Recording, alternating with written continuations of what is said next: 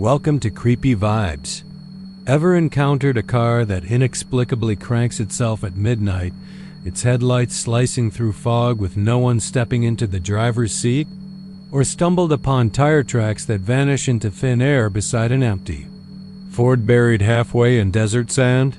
Tonight, we unravel 20 of Texas's most baffling automotive mysteries, each abandoned vehicle discovered under circumstances so surreal they defy every logical explanation.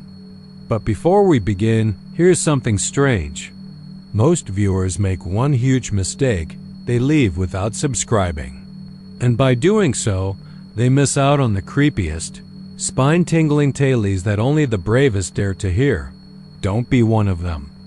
Hit that subscribe button now, because tonight's just the beginning, and the terror waiting in the darkness is far from over. So, where are you watching from? And what time is it there?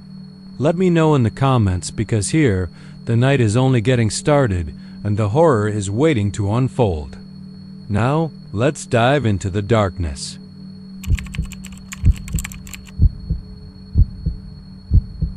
Rory's headlights cut through the velvet black of the West Texas night as he eased his rust-red sedan to the edge of the Marfa Lights overlook. The pavement ended in a gravel shoulder littered with mesquite branches and discarded beer bottles, footprints long since scattered by desert wind. He killed the engine, and for a moment the world held its breath. The last scrape of metal plate beneath his car, the faint hum of a distant gravel road, a lone coyote's high-pitched yip carried on a breeze so dry it felt like sandpaper against his skin. Rory leaned forward, peering into the gloom, half expecting the usual mysterious glow, the Marfa Lights, shimmering and dancing at impossible distances. But the lanterns of phantom travelers never came tonight. Instead, everything lay silent, empty. He glanced back at the car.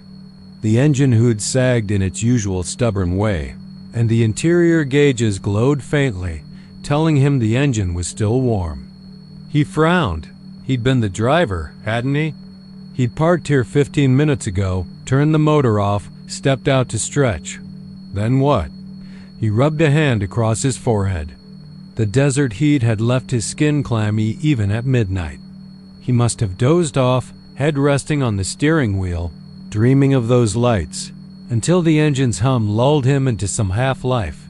He stepped down onto the gravel, heart kicking. The air smelled of mesquite smoke and creosote, and in the distance an oil pump thumped like a wounded heart. The overlook sat high on a gentle rise, but beyond, the plateau dropped away. He could just make out the dark shapes of the Chinati mountains on the horizon. Their two small orbs, pale yellow, bobbing low over the desert brush. His pulse accelerated. The Marfa Lights. He lifted a shaking hand to shield his eyes and leaned toward them. They hovered, shimmering, then blinked off. His palms grew sweaty even in the dry air. He rounded the back of the car, intending to fetch his camera, but the trunk was gone. The spare tire and jack normally stored there lay at odd angles beneath the chassis. The rear bumper bore fresh gouges, as if scratched by unseen fingernails. His breath caught. How had the trunk? He swallowed, sweat beading at the nape of his neck. Something wasn't right. A sudden crunch behind him made him whip around. Footprints. Bare footprints pressed into the gravel, leading away from the overlook toward the darkness. He recognized their shape size 12 treadleses, like someone had stepped out barefoot, and they began right at the driver's side door. He stared at the empty seat. The warmth against his back seemed gone. The engine, he thought, was it still warm? He crouched, pressing a palm to the hood. It lay cold, dead. He used his sleeve to brush away dust. The metal felt inert. He stumbled backward, chest tight. The lights reappeared, bright now, 2 lanterns, dancing in the brush, moving slowly toward him at an impossible speed. He stumbled to the trunk. No. The backseat door reached with shaking fingers for the handle. It swung open under his touch. The back seat was empty, but the upholstery bore. Dark streaks, wet and glistening. He touched a stain warm, fresh. He felt the hair rise on his arms. A low wind stirred behind him, carrying a whisper like a woman sighing. "Rory," it hissed, soft as dry leaves. He spun, heart hammering. No one there. The orbs glowed stronger, drifting closer, then splitting into 4, then 6, surrounding him like tethered stars. His flashlight lay on the passenger seat. The beam flickered weakly. He fumbled, dropped it. It rolled under the driver's door, clinking against rock. He cursed and knelt, groped for it. When he rose, lights hovered inches from his face, blinding white, then red, pulsing. The smell hit him then. Burnt ozone and something metallic, coppery blood. He staggered back, kicked at a rock. The orbs danced away, retreating in unison, dissolving into the night. Silence swallowed him again. He dropped to his knees, breathing. Ragged. He needed to call someone, tell them what happened. Retrieve his phone. He patted his pockets, no phone. He jerked himself upright. How could he lose his phone? He never left it behind. It had lain on the dash, charging. He lunged to the dashboard. The charger lay tangled with wires, but the phone was missing. The charging port glowed, empty adrenaline soared in his veins. He leapt out onto the road, scanning the gloom. Their tire tracks leading off, narrow and single file, indenting the asphalt edge and disappearing into the brush. His pulse pounded in his ears. He raced after them, boots crunching gravel, sweat stinging his eyes. The tracks were fresh, neat, as though a single vehicle had sliced through the night. But only one set of tracks for miles.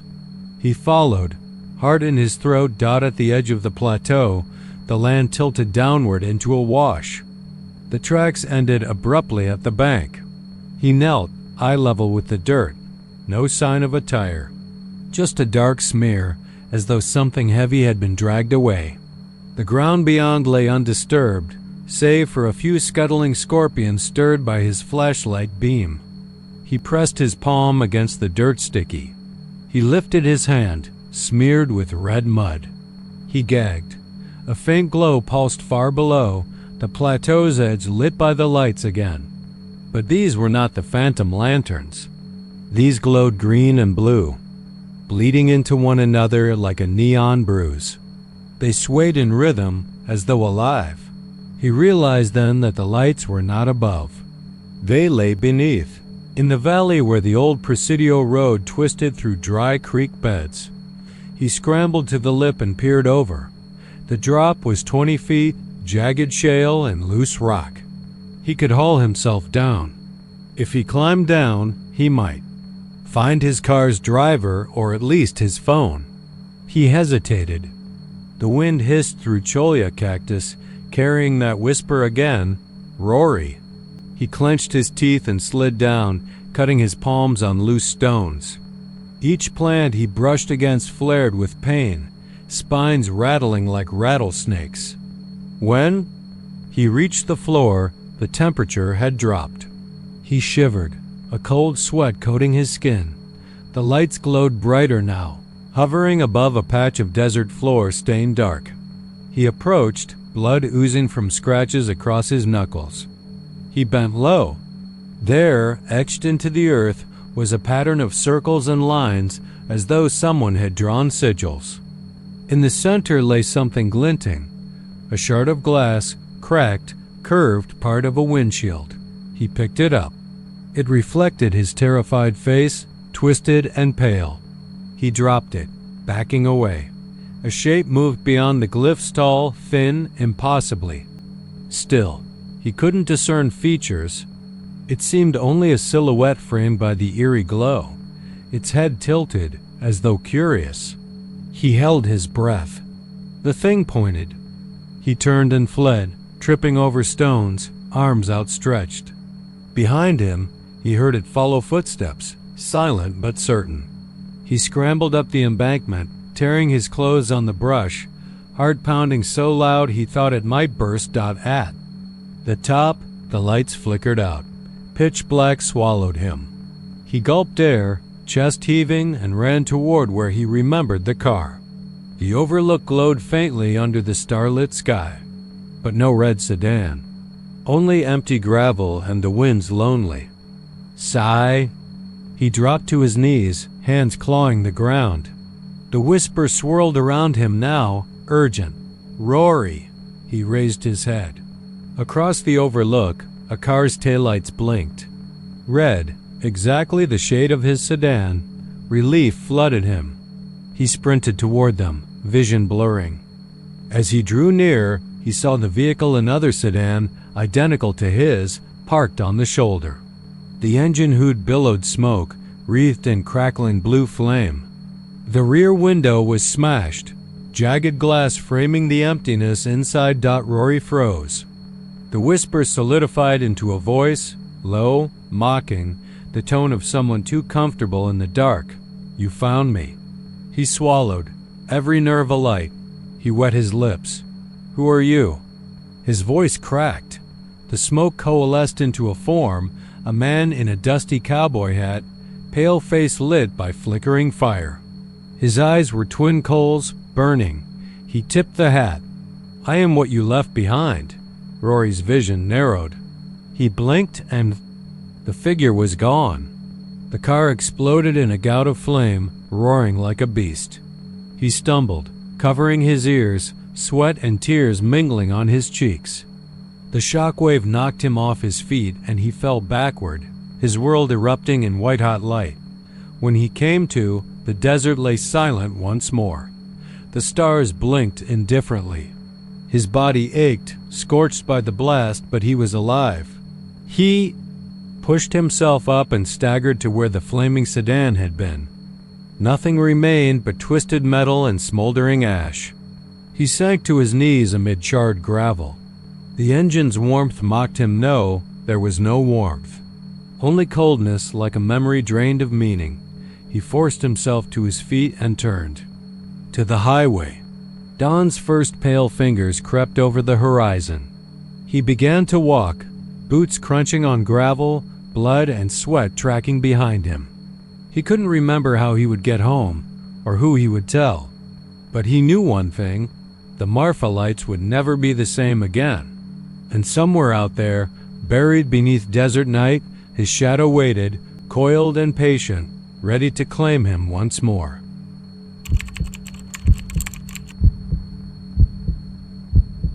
The first time I saw the Cadillac, I was riding shotgun with Ranger Torres on a late October afternoon, the lights slicing through the juniper and mesquite at the canyon's rim like a cracked mirror.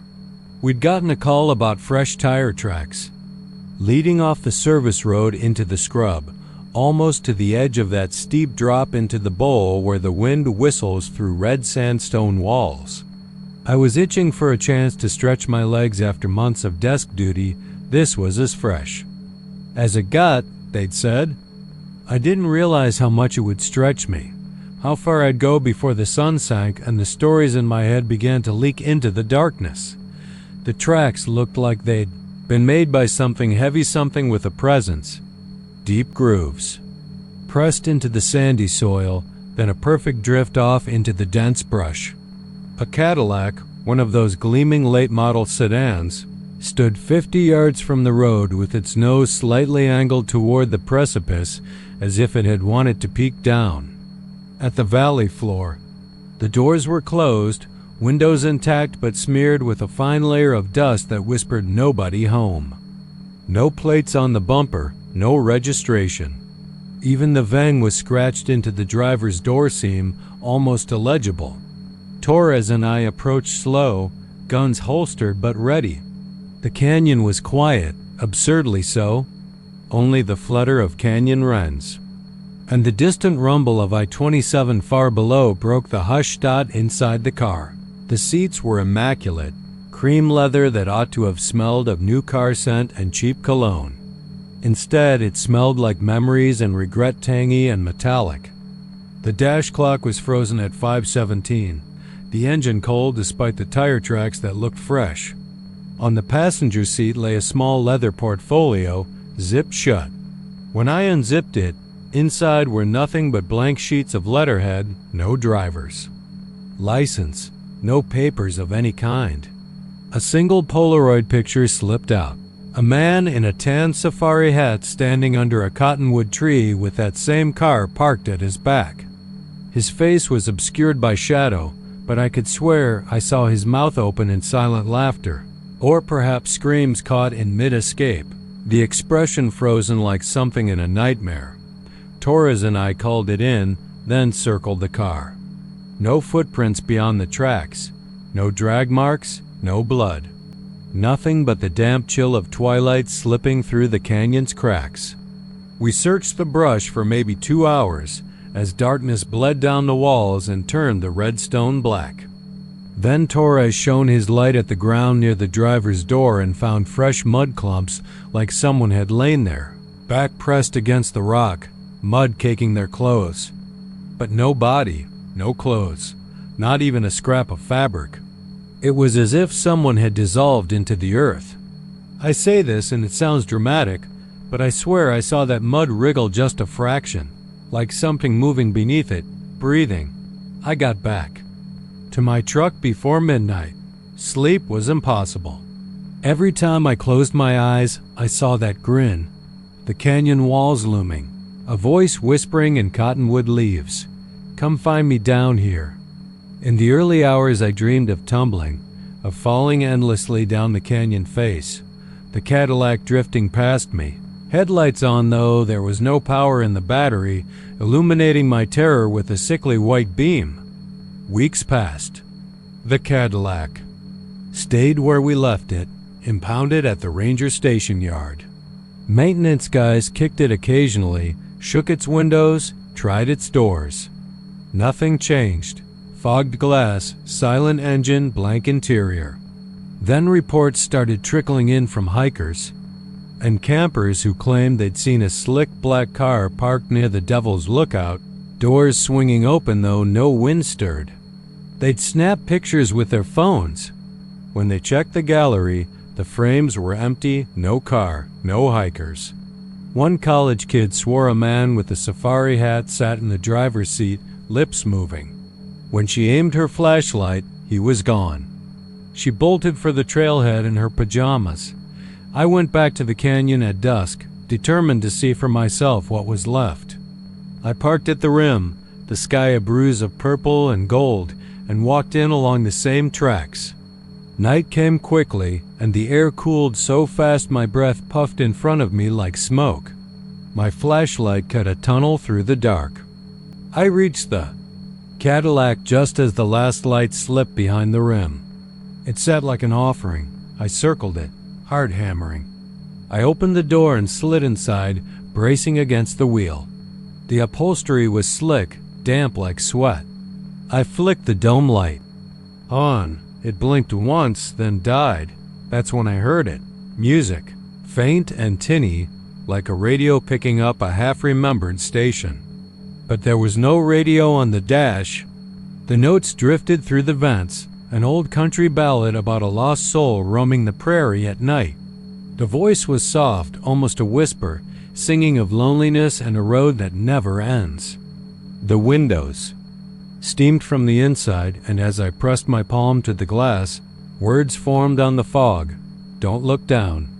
Below me, the canyon gaped. I felt the ground tremble, like a heartbeat beneath the earth.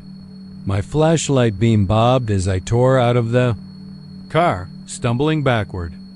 At the rim, I turned and shone the light at the Cadillac. It had moved closer to the edge, as if pushed by something unseen, glinting in the beam.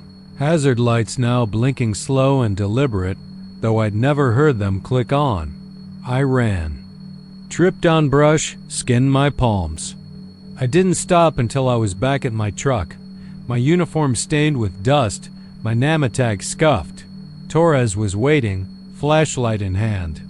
He'd heard the radio crackle through the canyon like a station lost in static. He'd seen the blinker lights from the rim and thought the impound yard had been struck by lightning. He doesn't talk much about what he saw, nor do I, But the story traveled among the rangers, whispered over campfires, that something had taken residence in that Cadillac, something old and sorrowful and hungry for someone to ride with it forever. They finally towed it out of the canyon at dawn one morning. Metal winch whining, but half the crew refused to touch it.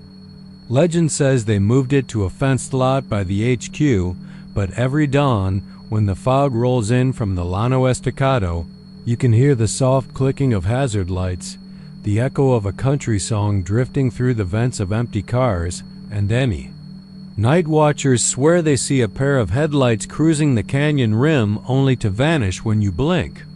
And the calendar on the dash always flips back to October, the date of its first appearance, the clock frozen at 5:17, as though time itself were caught in that moment, waiting for someone to step out of the rim and into the brush, join the silent driver who already stole so many souls into the canyon's hungry shadow.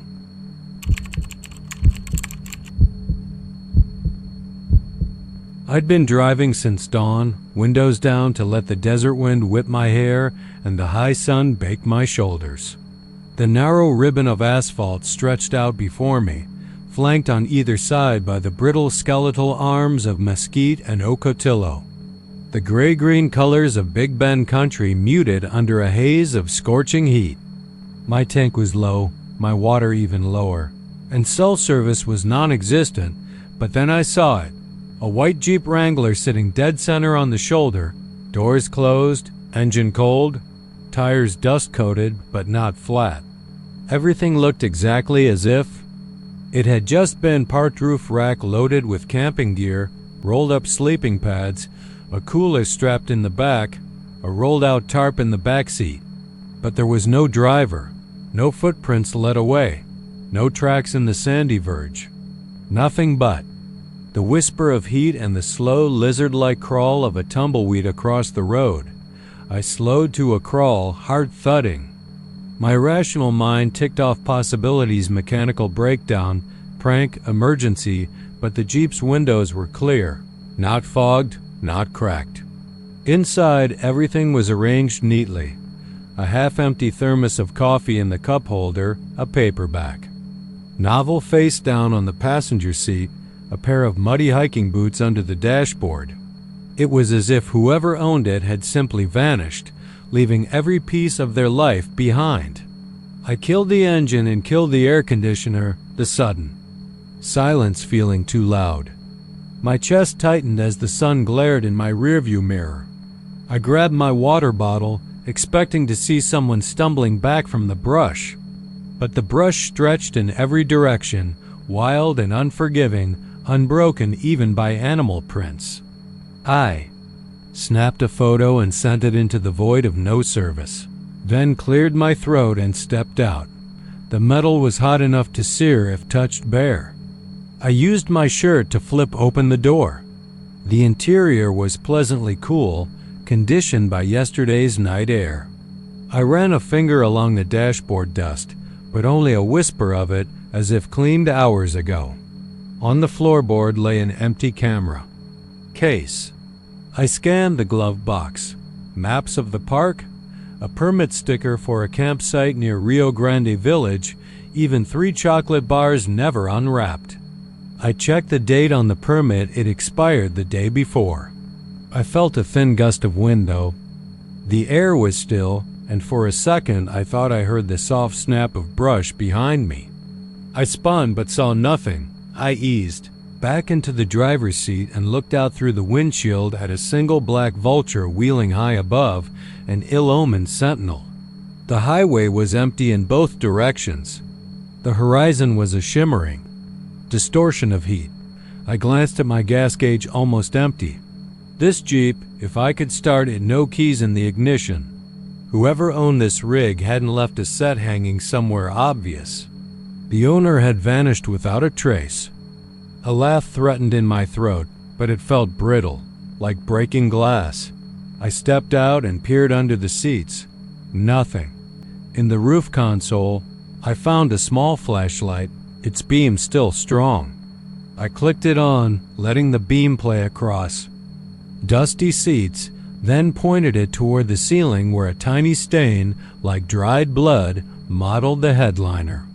I choked down a gasp and pressed my thumb closer, felt only sticky tack. It was too dark a thought to consider seriously. The desert was full of red dust that looked like dried rust. Reluctantly, I slid back behind the wheel. If I waited here until dark, the temperature would drop fast and scavengers might come calling.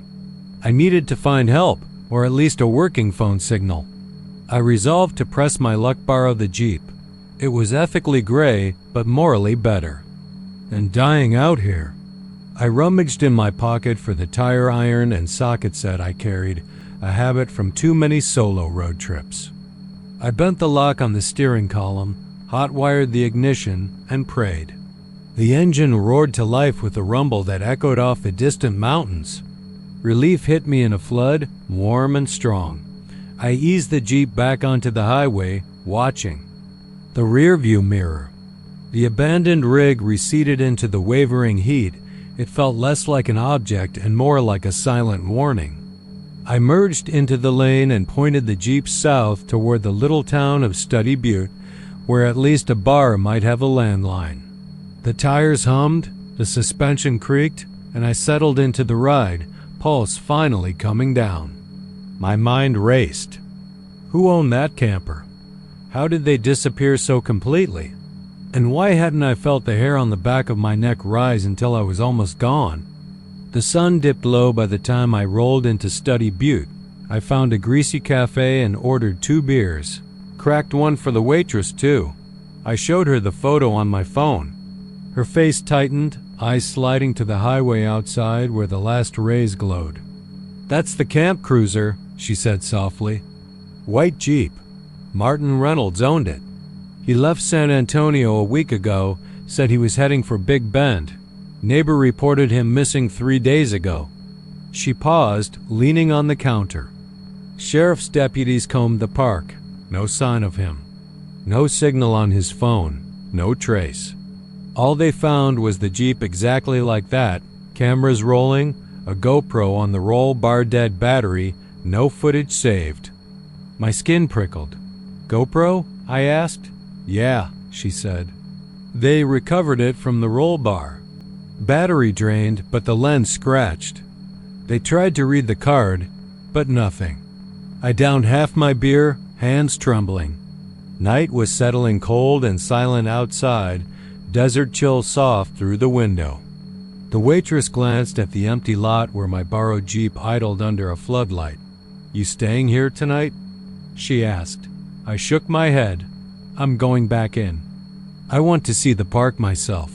At least confirm for the sheriff." Her eyebrows rose. "Lord, you're crazy. It gets dark fast out there, and the road's lonely. You sure?" I nodded, though every instinct screamed to get out. I finished my beer, paid, and stepped into the dusk. The temperature dropped so fast it felt like walking into a freezer. I climbed into the Wrangler and pointed south again, headlights piercing the coming darkness. When I reached the spot, the Jeep was gone. My borrowed rig sat alone under a solitary light. I hit brakes so hard the dash rattled. No white Jeep, no ghostly silhouette on the shoulder, nothing but the empty road and the distant silhouette of Candelilla and night-blooming Sirius against a black sky. A full moon swelled overhead. I killed the engine and sat in silence. The air smelled of creosote and dust. My heart thundered. Then headlights, a single pair, coming from the north. Too bright to be another lonely traveler, almost blinding. It slowed, pointed directly at me, then stopped. The driver's side window rolled down with a long mechanical groan. I heard a voice, or something like a voice, low, hollow, as if spoken. "In a tomb, you shouldn't have taken it." I froze. Cold dread slithered down my spine. "Who's there?" Silence. Then the Jeep's interior light flicked on, illuminating a shape behind the wheel. White shirt, mud-spattered boots, hair plastered to the forehead, eyes clouded with something impossible. It was Martin Reynolds, his lips peeling back in a grin that didn't quite reach those blind, reflective eyes. He lifted one hand and pointed at me, bone white against the dark fabric. My chest seized. I slammed the door shut, guns locked, and tried the ignition dead. The dashboard lights flickered and died. In the mirror, the figure reached up and tapped the window. Slow, deliberate. Then his mouth opened wide, showing crooked teeth black as pitch. A low keening sound began, half whisper, half scream, echoing across the silent desert. The headlights went out, and when I dared to look again, the seat was empty, but on the floorboard sat a single muddy boot, sole pointed at me like an accusation. I scrambled out of the Jeep, tearing down the highway, boots pounding asphalt, heart like a drum. Behind me, in the dark, I heard footsteps. Slow, dragging, following. My breath came in hollow gasps. I didn't look back until the moon sank and the first pale fingers of dawn brushed the sky. Then I realized I was alone, on foot, panting, shoes missing one boot, and the highway miles away behind me lay empty, no trace of tire tracks, no sign of the Wrangler or of Martin Reynolds, only the silent desert waiting as always, and something else. A single white boot print in the dust, leading off into the mesquite toward the place where no camper should ever be.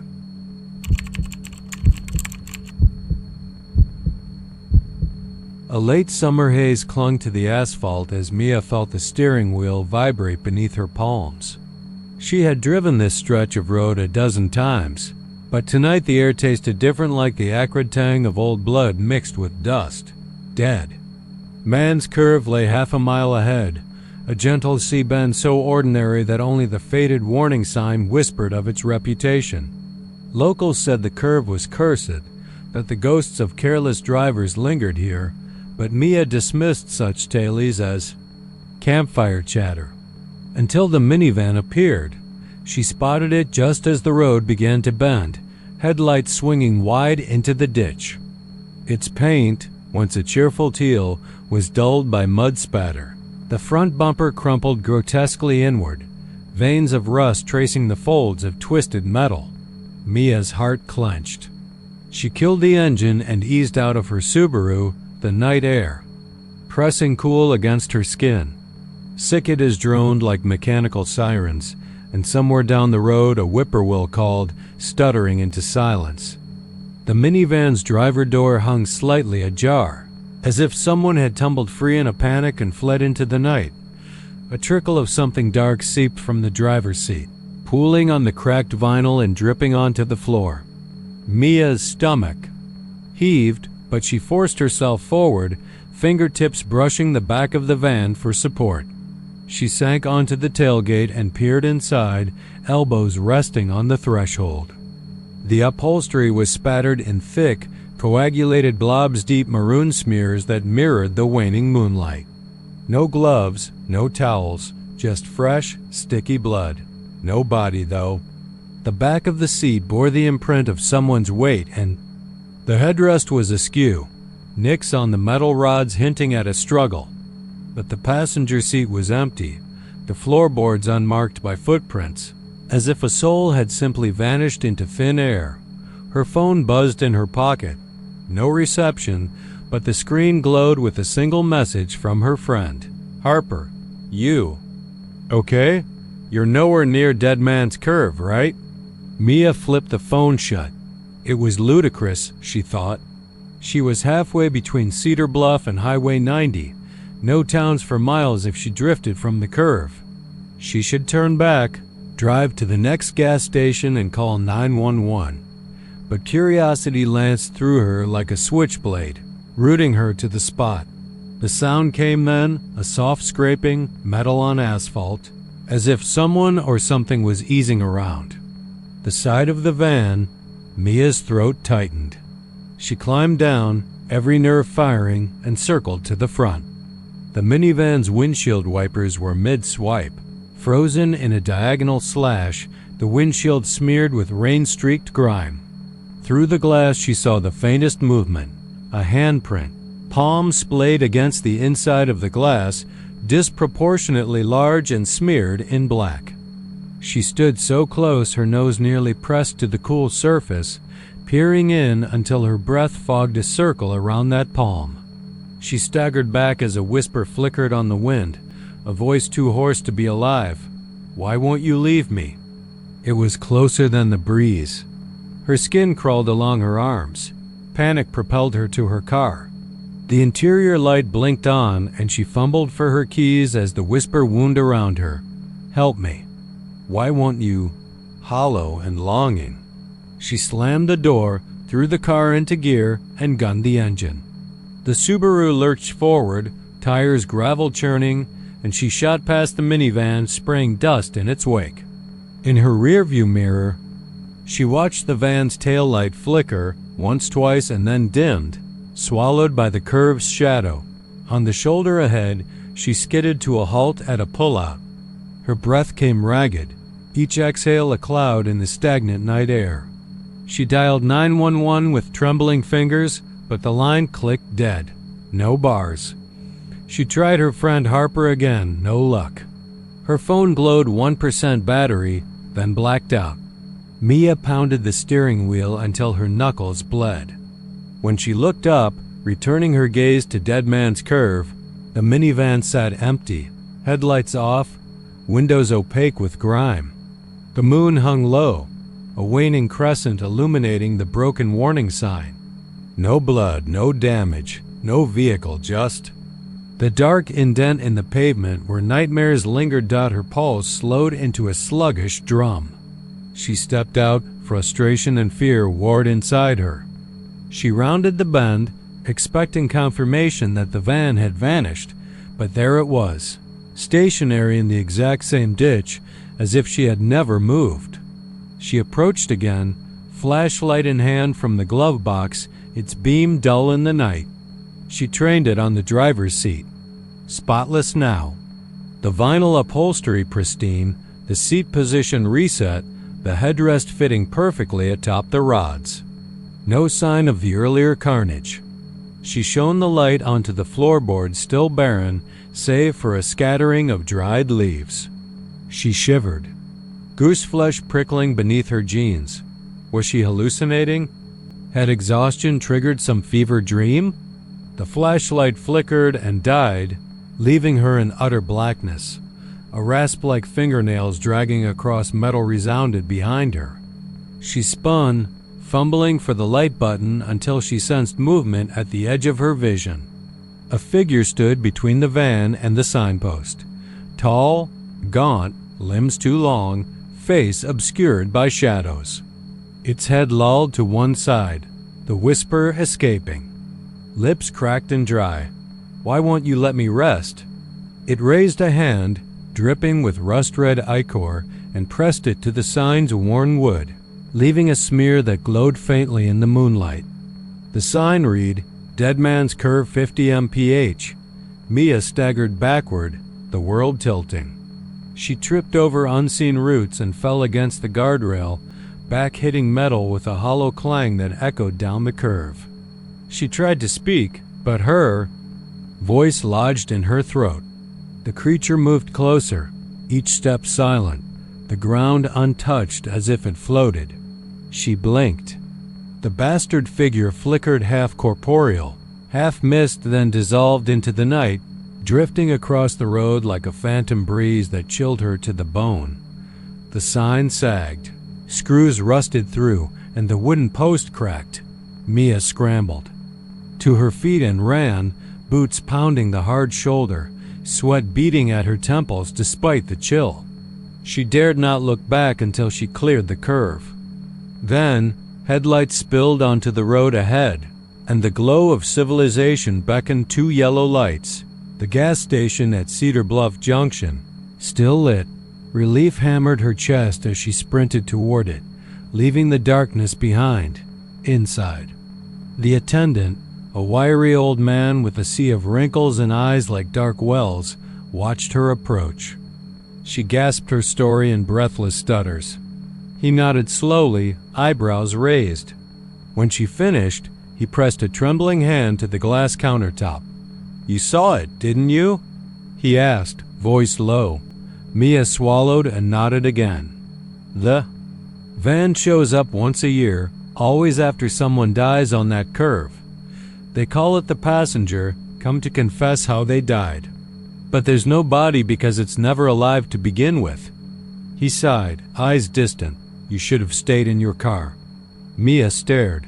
"But the blood, your own," he said softly. "If they touch you, they take a piece. You'll wake tomorrow with bruises, maybe worse. They feed on flesh and fear." He slid a ring of keys across the counter. "My truck's outside. You're not welcome here, but you're alive. Go now before the curve remembers you." She didn't argue. She grabbed the keys, spilled exit coins onto the floor, and fled into the night. The bell above the door jingled once and died, leaving her heart echoing in the silent station. As she mounted the truck and turned the key, the curve's phantom wind seemed to hiss across the fields. She drove away, eyes on the mirror until Dead Man's Curve slipped from view, a silent promise that some roads are better left unexplored. Whether the minivan ever existed or the blood, she did not know. But as her knuckles whitened on the steering wheel, she swore she felt something brush against her arm, a faint caress like fingertips trailing across her skin. And in the darkness beyond, a voice whispered, soft as a confession, "Thank you for letting me ride."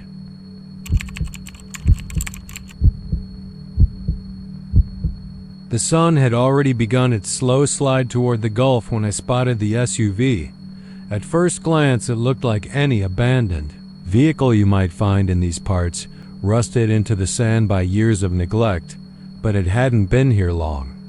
The black paint was still glossy in places where the wind and salt hadn't scoured it away, and the tires were only halfway sunk, as though someone had woken up one morning to find it slowly being swallowed by the dune. What made my heart thump against my ribs like a trapped bird was the shag of sand piled against the driver's door, half covering it, the key still in the ignition, glinting like a joke in the dying light. Nobody around. Absolutely silent, save for the gentle hiss of breeze over grit. I was out here chasing air samples for one of my project's habitat restoration, back home at the university. But I'd taken a wrong turn somewhere off the access road, lured by the promise of an ungodly sunset over Padre. Instead, I got this. I parked 10 yards back, heart thundering, sweat stinging my eyes even though the wind was cool. I half expected to see a body slumped in the driver's seat, blood slowly soaking into the upholstery, but there was nothing. I crept forward, my boots sinking into the soft sand. Through the tinted driver's window, I saw the blank sweep of the dashboard, the seat cradled perfectly as if someone might slide back into it at any moment. The radio was dead, and dust lay thick on the console. On the passenger floorboard, a single flip-flop lay twisted, its strap torn, as if flung in a hurry. My skin crawled. I circled the front until I could peer into the rearview mirror.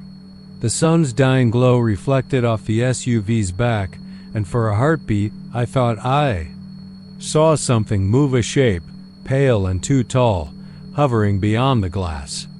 I blinked and it was gone, but when I blink again, I feel instead the awful knowledge that somebody or something has left this shell of a car, and isn't far. I knocked on the door. The hollow sound echoed along the dunes. No response. I turned the handle and it swung open with a soft squeal of metal on metal. The engine, impossibly, was still warm, the seatbelt half fastened as if someone had tossed it aside in mid-stride. I slid in, the vinyl sticky under my palms, and reached for the key. It tasted of salt on my tongue as I scooped it up. In the center console I found a cell phone, its screen cracked. I pressed the power button. It blinked to life. Wallpaper of a smiling woman holding a toddler, wave blonde hair framing her face. No name displayed, just a blinking voicemail icon. I hit play. First, dial tone, then a ragged breath, then a woman's voice urgent. Tom? Tom, please pick up. I leveled off at our spot 15 minutes ago. The water was calm. I don't know what happened. Please. Then static. Then nothing. Someone named Tom. Somewhere. Every muscle in my body insisted I get out, leave that phone behind. But curiosity is a heavier chain than fear. I climbed out and looked down the pockmarked road, asphalt cracked like old skin, disappearing eastward in a haze. No footprints except mine, none leading back to the main highway. Time seemed to pause. I hefted the flip-flop, held it to my ear like a seashell. The tide's whisper. A distant crash of waves that didn't exist. Then a voice, a child's. Laugh, bright and terrible, carried on the wind. I spun. Empty sky, empty dunes. The laugh came again, close behind me, then vanished. My heart locked. I dropped the shoe. It dug a shallow fang in the sand. Hours passed. Or minutes. The sky darkened until stars browned, unheard of out here. But there were pinprick pinholes in the sky, twisted into impossible shapes. My flashlight flickered as I turned it on. The beam caught the SUV again, now glinting with dew, salt water, dripping from the undercarriage as though submerged. The keys in my palm felt like they were burning. I dropped them, hurrying away, footsteps quick and shallow, but every step seemed to loop me back. The dunes reconfigured themselves. The sand under my boots felt more like clay, as though I were walking up out of a grave. Then I saw footprints by the car bare feet, wide and thin, a perfect half circle where they'd stopped. No heel prints, no sign of a turn. The last one ended 10 yards from the door, as if whoever wore them had been yanked up by something in the air, leaving only empty shape.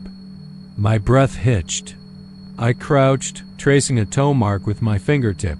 The sand was cooler there, damp.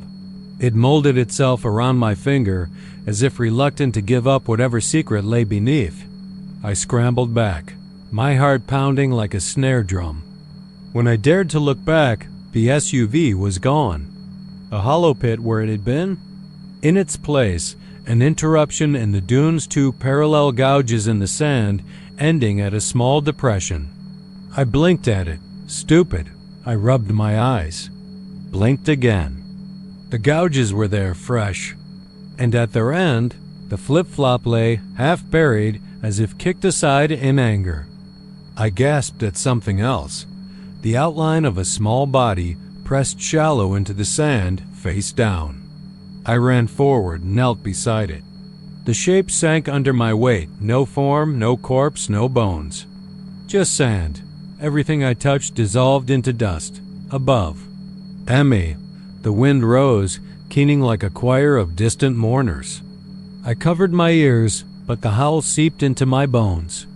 The outlines of footprints marched past me into the gloom, and I heard a boot step right behind me, drawn in the sand. I dared to glance over my shoulder. No one. Just the wavering horizon. The keys lay by my side, black and mocking. I snatched them up, ran blindly toward the access road, heart exploding. Only half the breath in my lungs. The wind churned into a hurricane shriek, lifting grit to slash my eyes. The night swallowed me whole. Somewhere ahead, headlights bloomed. I staggered toward them, deers ringing. A pickup truck, its high beams flooding the dunes. I waved the keys, screaming. The driver slowed, jumped out, a lanky man in fish-stained waders.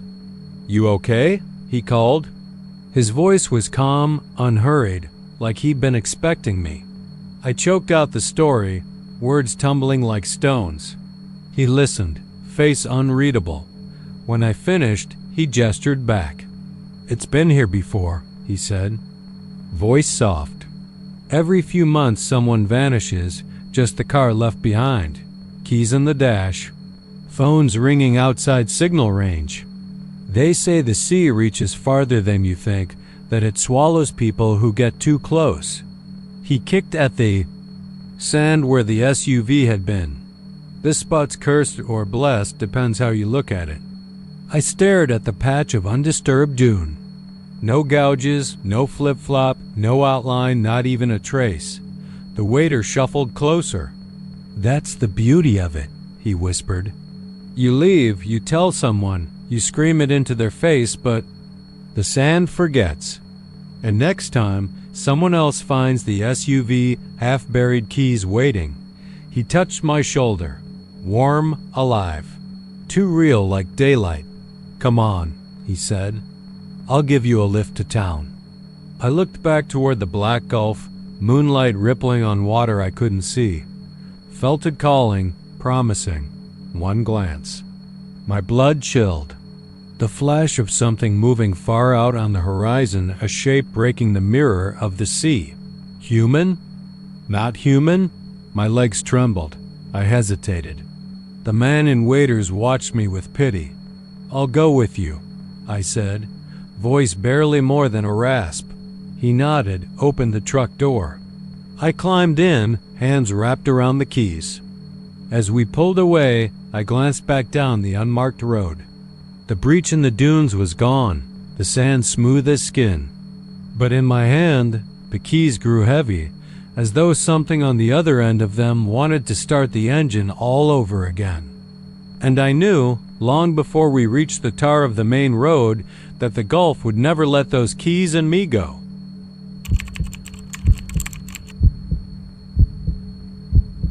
The heat of the afternoon sun lay heavy across the scrub and mesquite of that old ranch road outside Marfa, baking the gravel until it crackled underfoot. Aaron drove in low gear, tires crunching through a dozen miles of nothing but tumbleweeds. And rusted barbed wire fences, chasing an assignment he'd never agreed to. He'd been sent out to photograph dilapidated structures for a magazine spread ghost towns, abandoned homesteads, relics of a time when this land had meant opportunity. Instead of isolation, but he'd already ticked off every building within 50 miles. Just when he was ready to turn back, he spotted the pickup dot it slept in a shallow wash at the side of the road, its fenders caked thick with red dust, paint blistered and peeling like old scab. A Dodge by the shape of its grille, 87 or 88. Aaron guessed bed piled high with battered toolboxes, feed sacks bulging with what might have been oats or cracked corn. He killed the engine, stepped out into the haze of heat and silence. Birds had gone quiet. The wind had died. Even the ranch dogs that usually barked from a quarter-mile off were nowhere to be heard. He approached the driver's door, fingers brushing the door handle's patina of rust. The window was down, cracked just wide enough to let in the stench of stale tobacco and something fouler rot, maybe, or blood. Aaron leaned in and reached for the safety lever, but he froze when his hand brushed against a thin piece of cloth dangling from the seat. He pulled back, heart hammering, and saw it was a mask. The disposable kind, pleated blue, the kind people used to wear during pandemics. It lay abandoned on the driver's side floor, straps twisted into a knot. No sign of the man who'd worn. Its sunlight glittered off a wrench on the seat, and Aaron picked it up. Heavy, cold metal. He knelt to peer into the cab, saw the feed sacks one split open, yellow granules spilled across the seat like pale bones. A pile of gloves, cracked leather, caked with dirt. Everything spoke of someone who'd planned to work here and then vanished. A low groan behind him snapped Aaron's head around. Heat-hazed air wavered across the horizon, bending the world like glass. He spun to face the road, but there was nothing, only a distant line of scrub and sky. He cursed under his breath, told himself it was the sun playing tricks, mirages dancing. On the asphalt. He shook his head and went back to the pickup dot. He climbed into the bed, kicked the tire hubs with a boot, and examined the tools strewn about. A shovel with a broken handle, a shovel head so rusty it flaked in his grip. A coil of rope, a feed scoop dented at the lip, At the back corner, a half-empty sack with the brand name stenciled in block letters, Marfa Ranch Bulk Feed. The label was yellowed and cracked. Could have been there weeks, months, maybe. Years. He stood and peered down the road toward the horizon, where the distant peaks of the Shinati Mountains caught the last glimmer of daylight. The ranch house was supposed to be another 2 miles down, a simple one-story clapboard structure, paint long since bleached. If the pickup had belonged to one of the hands, the owner would be inside. Or maybe he was sprawled in the dirt out, there waiting to be found.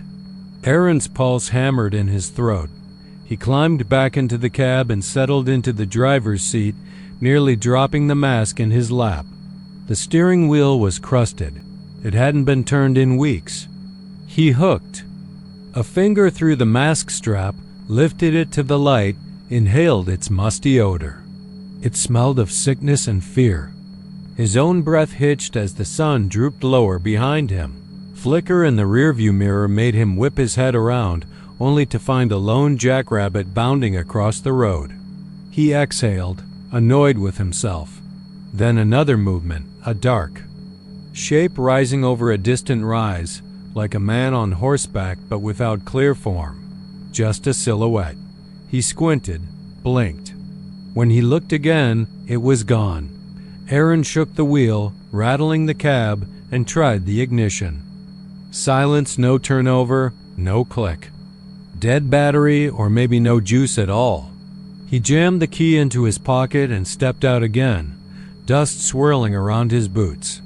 That's when he noticed the footprints. They led away from the cab down the road, pressing into the gravel-heavy work boots, 5-inch treads, heading west. But there were no prints leading to the cab, only away. Whoever had driven this truck had walked off, never looked back. And they'd left the mask. He trailed the prints, noting where the steps curved, as if the walker had paused at each interval, glancing over the shoulder. And then the prints stopped at a gnarled mesquite, where the gravel turned smooth and the treads faded into nothing. Aaron crouched, ran his fingers over the imprint, felt the dust smeared into the grooves. He looked up at the tree's crooked limbs, saw something carved into the bark.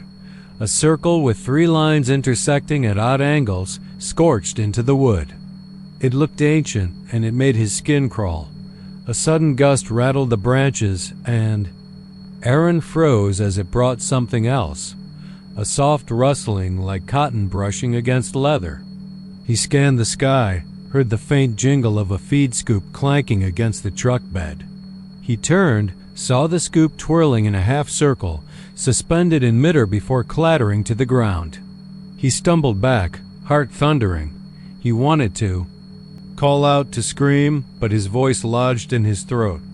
Instead, he backed away until the truck was between him and that mesquite. Every hair on his arm stood erect. He saw a flicker of movement at the window, a shadow crossing the passenger seat. Then the mask dangling from the mirror now swung gently, as though someone had draped it there. Behind him, the prints reappeared, fresh and sharp in the gravel, as if walking toward him, toward the truck. But he hadn't seen anyone.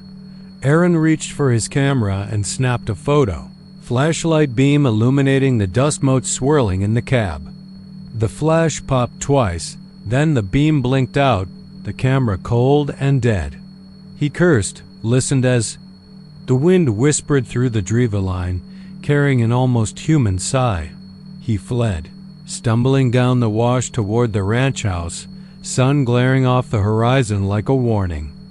His boots slipped on loose gravel. He caught himself, arms flailing. He didn't look back until he was halfway there. The pickup sat empty, mask still braced against the mirror, feed sack stirring in a breeze he couldn't feel. The old Dodge stood like a sentinel in the dying light. He burst onto the porch of the ranch house, battered screen door slamming behind him. Hip boots and chaps lay abandoned on the floor, the place abandoned as clean as a tomb. Aaron's breath came in ragged. Gasps, sweat plastered his shirt to his back. He reached out to knock, hesitated, then pressed a fist against the doorframe. No answer. No life behind the walls. Behind him, the door shuddered. He whirled to see it swing inward on its own, hinges groaning. He froze as heavy footsteps echoed on the planks of the porch. 1, 2, 3. Then silence. The door creaked wider. Moonlight spilled through the broken window panes, and Aaron felt the weight of a presence filling the room. He backed away, head spinning, but a quiet voice drifted on the air, low and hollow. "You shouldn't have come here." He turned and ran until the first pale stars blinked in the sky. The ranch house, the truck all blurred behind him. He didn't stop until the asphalt of the highway stretched out, black and unbroken. He leaned against the guardrail, gasping in the night air, and dared to raise the camera. His hand shook as he reviewed the last photo. Nothing. Just blackness. He ran his thumb across the screen, zoomed in on the corner where the cab window should have been. There, almost hidden in the deep shadow, he saw it. The faint glimmer of eyes, pale as moonlight, staring back at him. He dropped the camera and fled. Into the darkness, hearing the slow, deliberate creak of the pickup store closing miles behind.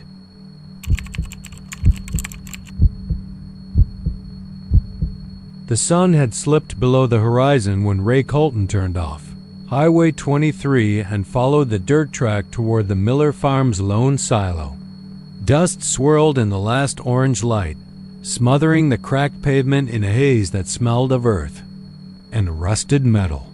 His headlights caught the edges of broken farm implements half buried in tufts of tumbleweed, the bent tines of a plow jutting from the ground like skeletal fingers. He slowed as he crested the rise, expecting to see Old Man. Miller's battered green pickup idling beside the silo, his broad shoulders bent over the engine, a lantern swinging at his belt. But there was only silence. The truck sat abandoned, its rusty tailgate thrown open. The bed heaped with golden wheat grain spilled across the ground in a gory spill that glinted in the headlight, beamed like shards of fractured amber. Ray cut the engine and climbed out, boots crunching on the gravel shoulder. He called Miller's name into the stillness, but his voice was swallowed by a sudden gust of wind that rattled the silo's patchwork metal skin. The wheat crunched beneath his feet as he approached the truck, and his gut tightened at the sight. Of it each kernel dusted the earth, a blanket of broken promise spreading toward the rust-orange soil. There was no sign of footprints leading away, no trail of tools or equipment. The grain auger lay on its side, its belt slashed as if gouged by something with iron claws. The engine block of the old tractor stood silent a few yards off, its wheel half buried. The only evidence of Miller's presence was the spilled grain itself, as though he'd simply vanished while unloading. Ray's pulse hammered as he shone his flashlight against the silo's base. The huge door stood slightly ajar, one hinge twisted like a broken jaw. The beam revealed smears of dark residue along the lip mud. Oil? No, something darker, thicker, brown as dried blood. The odor that rose when he ducked beneath the door was sickly sweet, like rot and sugar mingled. He swallowed hard and flicked the switch again. The light revealed the circular interior, walls scored with grooves and ladders leading upward into pitch-black heights. A faint trickle echoed somewhere. Above, a soft susurration like rain dripping inside a silent bell. Ray flicked on his phone's flashlight too, but the beam only revealed the first dozen rungs before everything dissolved into darkness. "Old Man Miller?" His voice cracked. "You in here?" Only the dripping answered. Ray climbed onto the bed of the truck and reached up for the ladder, pausing as his fingertips brushed the metal. A shudder ran through him, as though the breeze through the silo had whispered a word, his name, into his ear. He blinked against a sudden burst of vertigo and realized the truck bed was warmer than the air around him, humming with an energy he couldn't place. He shook his head, gripping the ladder with both hands. and hauled himself up. Each rung rattled under his weight, the metal slick. He thought of the stories farmers told in dusty bars, the tales of grain bin drownings, how a man could slip, get pulled into the flow of corn or wheat like quicksand, buried alive before help could save him. But Miller was the one man who knew how to respect the threshing floor, the one man who'd never let the grain's weight catch him unawares. Still, Ray's heart thudded as he climbed higher, the walls curving inward until he felt compressed, as though the silo itself was inhaling. Then he saw it, a smear of polished wood against the wall halfway up, like a handprint half erased. His breath caught. He reached out and touched it, feeling the ridges of an imprint fingers splayed, too small, too graceful to be Miller's. He forced his mind back to the ground. The wind outside had risen. It shook the silo, sending a deep moan reverberating through the steel. He pulled himself down the ladder, heart pounding so hard he could feel it in his throat. When his boot hit the soil outside, he staggered, throwing a glance around the dark farmyard. The truck bed, the spilled grain, the broken auger, they all seemed charged, alive with a malevolent hush.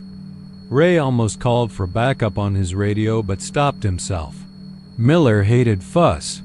If the old man was in trouble, he didn't want half a dozen deputies wandering through his fields. Ray had to find him first. He circled the truck, tapping the tailgate with the beam.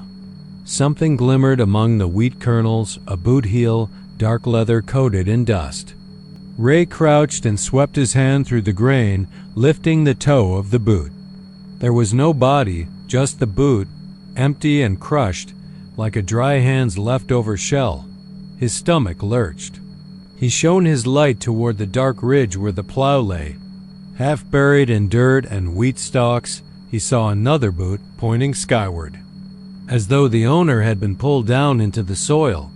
He rose, moving toward it, and his radio crackled to life. "Ray? You still there?" He nearly dropped the radio. "Deputy Hayes? I'm at the Miller farm. There's something's wrong." He halted, the beam catching the top of the silo where one of the vents had been pried open, twisted like an open wound. From inside came a low, wet gurgle, the sound of grain shifting as though something were feeding. Ray swallowed. "I'm trying to get in," he said, voice trembling. "Backup's on the way," Hayes said. "You sure you want to?"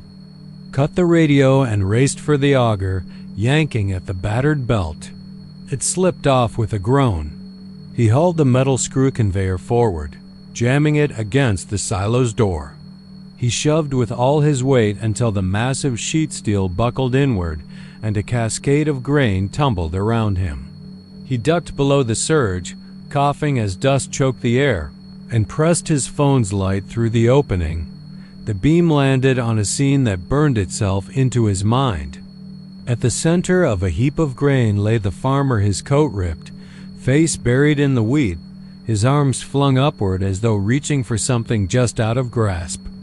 His body was impossibly pale, and around him the grain moved of its own accord, shifting in small waves as though alive. The sack of wheat he'd been unloading lay empty, torn open by something unseen. Ray jumped down, heart pounding so loud he thought Miller might hear it, and began digging the grain away from the farmer's head. The grain was damp, heavy, and smarted where it scraped his skin. He brushed aside the wheat until he saw Miller's face, mouth open, eyes staring, but not dead. Ray tapped his cheek. "Miller, hey." "Miller." The farmer didn't stir. Ray's stomach retched.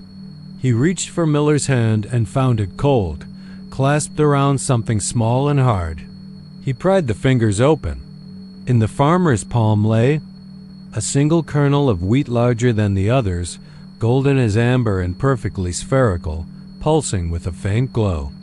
Ray stared at it, then up into the dark throat of the silo. From within came a whisper of sound like laughter or wind. It was impossible to tell which. The glowing kernel throbbed in his hand with a rhythm that matched his heartbeat. He felt compelled to put it in his own mouth, but the rational part of his mind screamed no. Then the ground shivered. The silo trembled, metal groaning as though reaching for him. Grain spilled down in sheets, bearing his boots, his ankles. He stumbled back, clutching the glowing kernel. The farmer gasped, a sound that ripped through the silence like a blade. Ray froze, staring at Miller's face as the old man's eyes flicked open, tears streaming with golden streaks that glinted in the light. "It's hungry," Miller croaked, voice ragged. He tried to sit up but sank back into the wheat, the grain closing around him like a living thing. Ray's back hit the truck, and he slid down until he sat against the tailgate. The wind whipped, and the grain around them surged higher, a miniature hurricane of wheat. Ray tumbled off the tailgate and scrambled backward, hand pressed over the sickly grain that pulsed in his palm. He knew he should drop it, run for his truck, sound the alarm, but his feet felt glued to the soil. Miller moaned, voice slipping into that whisper again. "You brought it," he whispered. "You're the next." The kernel's glow grew brighter, shining through Ray's fingers, beckoning. The silo door slammed shut with a clang that rattled his ribs. He heard the whisper again, clearer this time, "Don't leave me." His pulse drummed in his ears. He felt pulled toward the grain, toward the hungry mouth of the silo. Then beam of headlights swept over the yard Deputy Hayes's cruiser, lights flashing red and blue. The sudden brightness snapped him out of his trance. Ray flung the kernel toward the silo door. It hit the steel with a crack and shattered into a million twinkling fragments. The ground fell silent. The grain stilled. Miller coughed, shifting enough for Ray to drag him from the pile. The old man's eyes were dull now, the golden tears gone. Ray half carried him to the cruiser as Hayes jumped out, gun drawn. Ray told him nothing as the deputy laid Miller on the back seat. The silo loomed behind them, motionless, its skin clean except for a single smear of grain at its base. Ray watched until the headlights receded, the yard swallowing the car's lights in darkness. He felt the weight of the empty palm, the memory of the colonel's glow thrumming in his veins. Long after the cruiser had gone, Ray stayed by the truck, empty bed rusted and cold. The wind scoured the field, carrying away the spilled grain. He stood until his knees wobbled, until the first stars pricked the sky, until the silence settled around him so deep it felt like an embrace. Then he turned and walked back to the road, leaving the silo and the farm behind, but knowing that something had been awakened in those golden fields, something hungry and patient, waiting for the next harvest.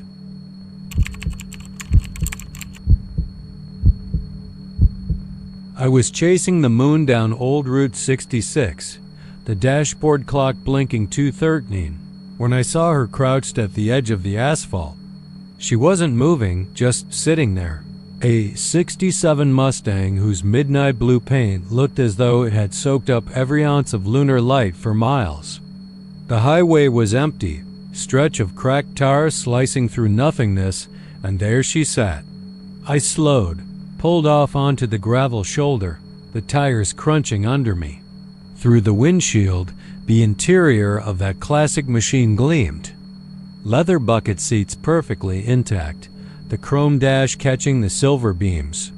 A paper coffee cup balanced in the console's cue folder, steam curling in the chill air like a ghostly wisp. But nobody was at the wheel. I killed my engine, and the sudden quiet slammed against me. No crickets, no far-off rumble, just the Mustang's heater ticking down, leaving that soft mechanical echo to fade. Goosebumps raised on my arms. I unbuckled, my shoes scraping the gravel as I approached, heart thudding in my throat. I could smell the coffee, dark roast, bitter and fresh. The cup's lid had a single crack, as though someone had bitten it. I reached for the door handle, halfway expecting the car to spring to life, its headlights searing the darkness, but it stayed still. The cup trembled when I nudged it. I hesitated, glancing back at my own car, its headlights a dull glow. Part of me wanted to floor it, vanish into that black horizon, but something curiosity or the stubborn urge to solve a puzzle pulled me closer. I climbed into the passenger side, careful not to disturb the neat alignment of the cream-colored upholstery. The coffee cup was warm through the plastic lid, but when I lifted it, the paper sides felt slick, as though someone had long ago dunked a finger through. Inside, the coffee was gone, replaced by an oily red stain smeared around the rim, glistening. Under the dash light, a sharp gust rattled the car, scattering dead leaves against the windshield. My reflection stared back, pale-faced, and for a second I could have sworn the second seat had settled as though someone had slid over. I spun, heart in my throat, but nothing was there. Just the road, black and empty, and the distant crickets that had returned, chirping as if nothing unnatural had happened. The Mustang's engine hissed, and without warning, the heater fan kicked on full blast, cold air sprang through the vents. The coffee cup skittered across the seat, toppling to the floor. I scrambled to snatch it before it rolled under the pedals, and that's when I saw the cassette tape on the passenger floorboard. Faded yellow label, handwritten letters spelling out drive. I froze, fingers brushing the tape. I remembered. Legend of a ghostly driver who died in '67. A young man on his way to Chicago, murdered by a hitchhiker. His body was never found, they said, but at night you could see his Mustang, coffee in hand, waiting for a ride that never came. I laughed nervously. Ghost stories to scare tourists. But this felt real, drearily real. The car door slammed shut, though I'd left it open. The glove box clicked, popping itself open. Inside, a faded photograph. The Mustang parked outside a roadside diner, neon lights flickering in the background. A young couple stood next to it, grinning, coffee cups in hand. But their faces were scratched out, gouged as though someone had taken a knife to the print. My breath came shallow. I fumbled for the door handle, but the lock twisted, catching on my fingers. The windows fogged, thick with condensation, obscuring the moonlight. And then I heard it, the faint rumble of an engine, another engine coming from down the road. I pressed my ear to the glass, footsteps thudding inside my chest. It sounded like heavy boots shuffling by the passenger seat. My chest tightened. I jerked back, nearly losing my balance, and the cup I'd been gripping slipped, shattering on the floor. The draft of the broken lid let out a high hiss, like a scream. The rumble grew, shifting tone, almost human.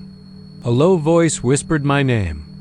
I froze, heard it again, my name, drawn out as if someone was right next to me. I spun, fumbling for the flashlight on my belt, finally clicking it on. The beam cut through the windshield and fell on the emptiness beyond. No silhouettes, no headlights. Just the lonely road, empty, save for my own car's faint glow in the distance. When I turned back, the interior was different. The seats were torn, stuffing oozing out, and the steering wheel rotated slowly, creaking as though an unseen hand was testing the grip. Panic roared through me. I yanked at the door, slamming my shoulder against it. It budged, rolling down the window slightly. Outside was silence. I clambered out, ripping open the door, and plunged into the cold night. The Mustang's headlights flickered on, illuminating the road in a clean white arc. The engine revved, and the car lurched forward as if to leave me behind. I dove at the door, pulling myself back inside, and slammed the door before the headlights could sweep past me. The world outside vanished again. I pressed my forehead to the cracked windshield, trying to steady my breathing. The Mustang's heater whined, the tape drive still on the floor. I grabbed it, yanked it free, and the console lit up, tape inserted, cabin lights flooding the interior with a sickly glow. A sputtering click, then music poured out. The radio static, then a blues track, slow and mournful, a voice ragged as a soul begging forgiveness. Through the song, I could faintly make out whispers, voices crying, laughter twisted, and the sound of tires spinning on gravel. I slammed the ejection button and the tape flew across the passenger seat. The music, cut off, replaced by the dead silence of the road. I didn't care. I stood up, twisted the key and the ignition, nothing. Not a click. Then I heard the softest footstep behind me. I turned, and there in the back seat crouched a figure. Tall, slender, white hair shining in the dashboard glow.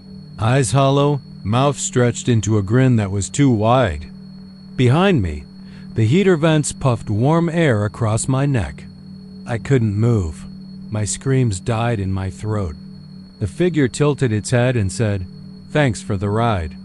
Then the car shuddered and the lights died, plunging us into absolute darkness. I stumbled out, hard hammering, and saw the Mustang roll backward toward the highway, moving without driver or engine.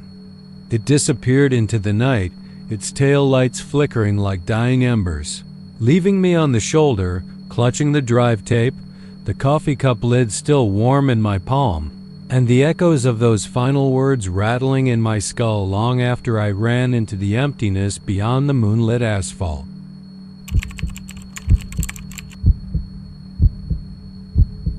I rolled into the dusty campground just as the sun was dipping low, turning the pale granite of enchanted rock into an angry shade of rust. The RV sat alone in its gravel lot, a hulking white leviathan in a sea of brush and mesquite.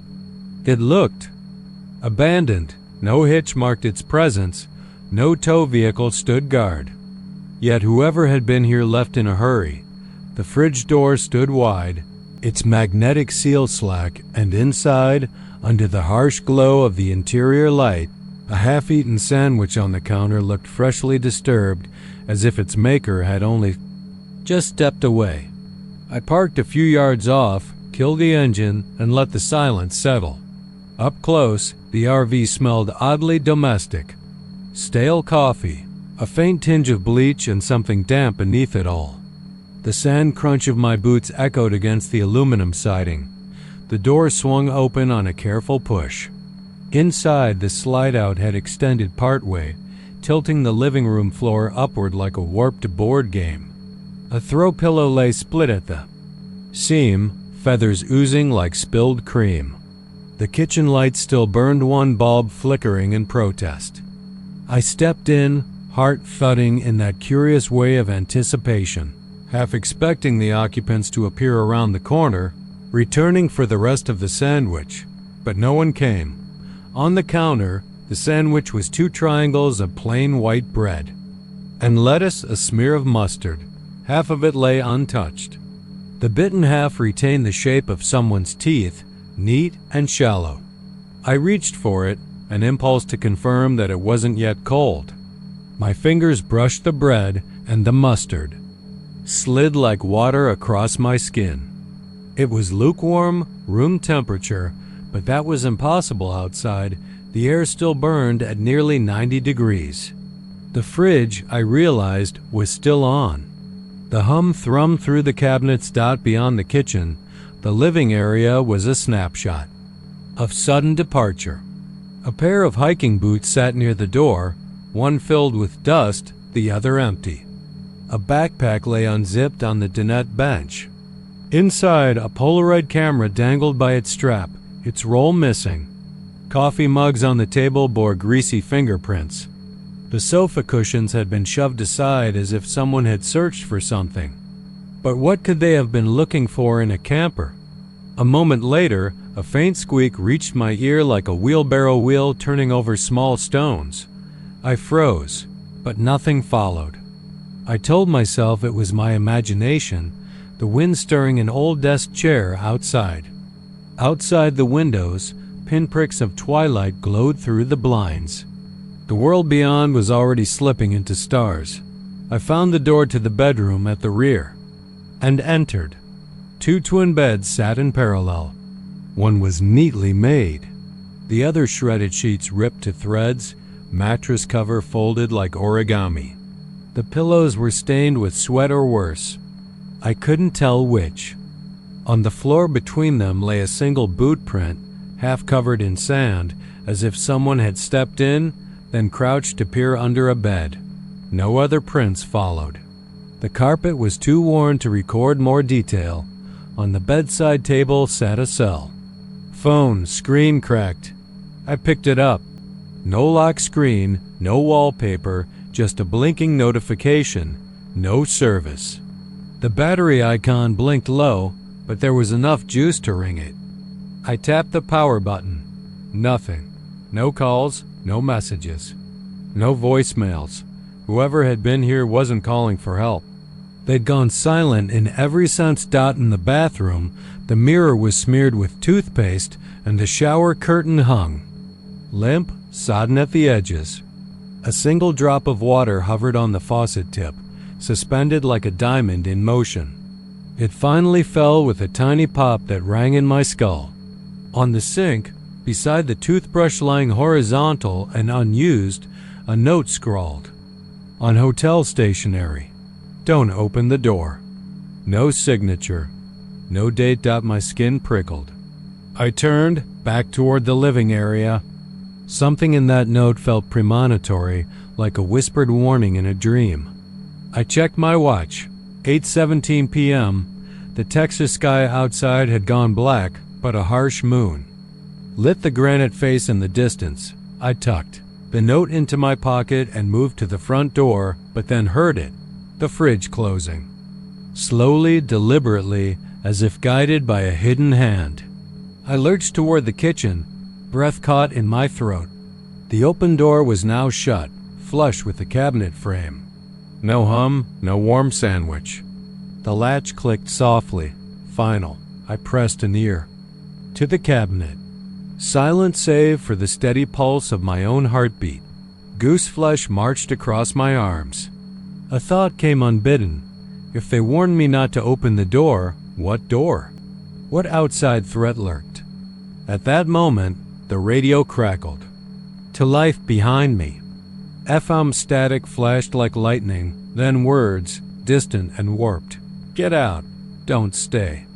The voice was female, childlike, and the final syllable of every word trailed off as if sucked into a tunnel.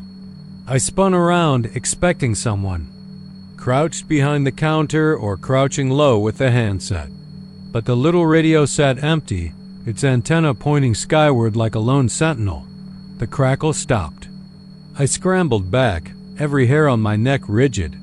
Outside the window, the campfire ring was dark.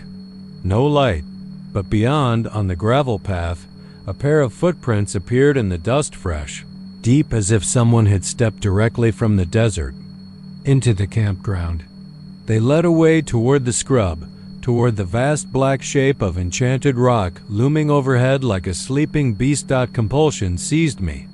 I grabbed a flashlight from the dashboard glove box and followed the prints. They never wavered. In the beam of the light, mesquite branches shimmered, and the wind carried a faint odor of scorched earth. The footprints led me across a dry creek bed and up a gentle slope where the mesquite gave way to open grass. Partway up, the prints stopped at a circle of pale mushrooms, rings of ghostly white stems that glowed faintly under the moon. I knew the legends, fairy rings. Stepping inside could trap you. I watched as a breeze bent the stalks, and for a fraction of a second, I saw movement beyond long hair drifting, feet in sandals, a dress moving as if someone spun in place. Then it was gone, a whisper. Hurry. Behind me, the RV door slammed. I sprinted back down, heart hammering. The door was ajar again, and the fridge hummed. Inside, the sandwich was missing. I picked up its plate bones of bread left, smeared mustard like a crude map. On the wall beside the fridge, scrawled in ketchup perhaps, words I swear weren't there before. Find the stone. Set us free. I backed away. The flash of movement caught me, a shape in the driver's seat, hunched forward, Fingers tapping. The steering wheel. I flicked the dome light empty. The engine turned over on its own, low and throaty, lights flicking on. The RV backing itself out of its spot, reversing on the gravel and turning toward the highway as if guided by an unseen chauffeur. I lunged for the door handle metal cold, teeth rattling. It slammed in my face. The engine revs climbed. Gravel. Spit beneath the tires. The RV lurched onto Barracks Trail Road, headlights carving yellow tunnels through the mesquite. I watched as it crested the hill, slowed at the gate, then rolled beneath the arch that read, Enchanted Rock State Natural. Area. The gate swung closed behind it. No guard was there. No ticket was taken. When I dared to exhale, the campground was still once more. My flashlight beam skittered across empty picnic tables and silent generators.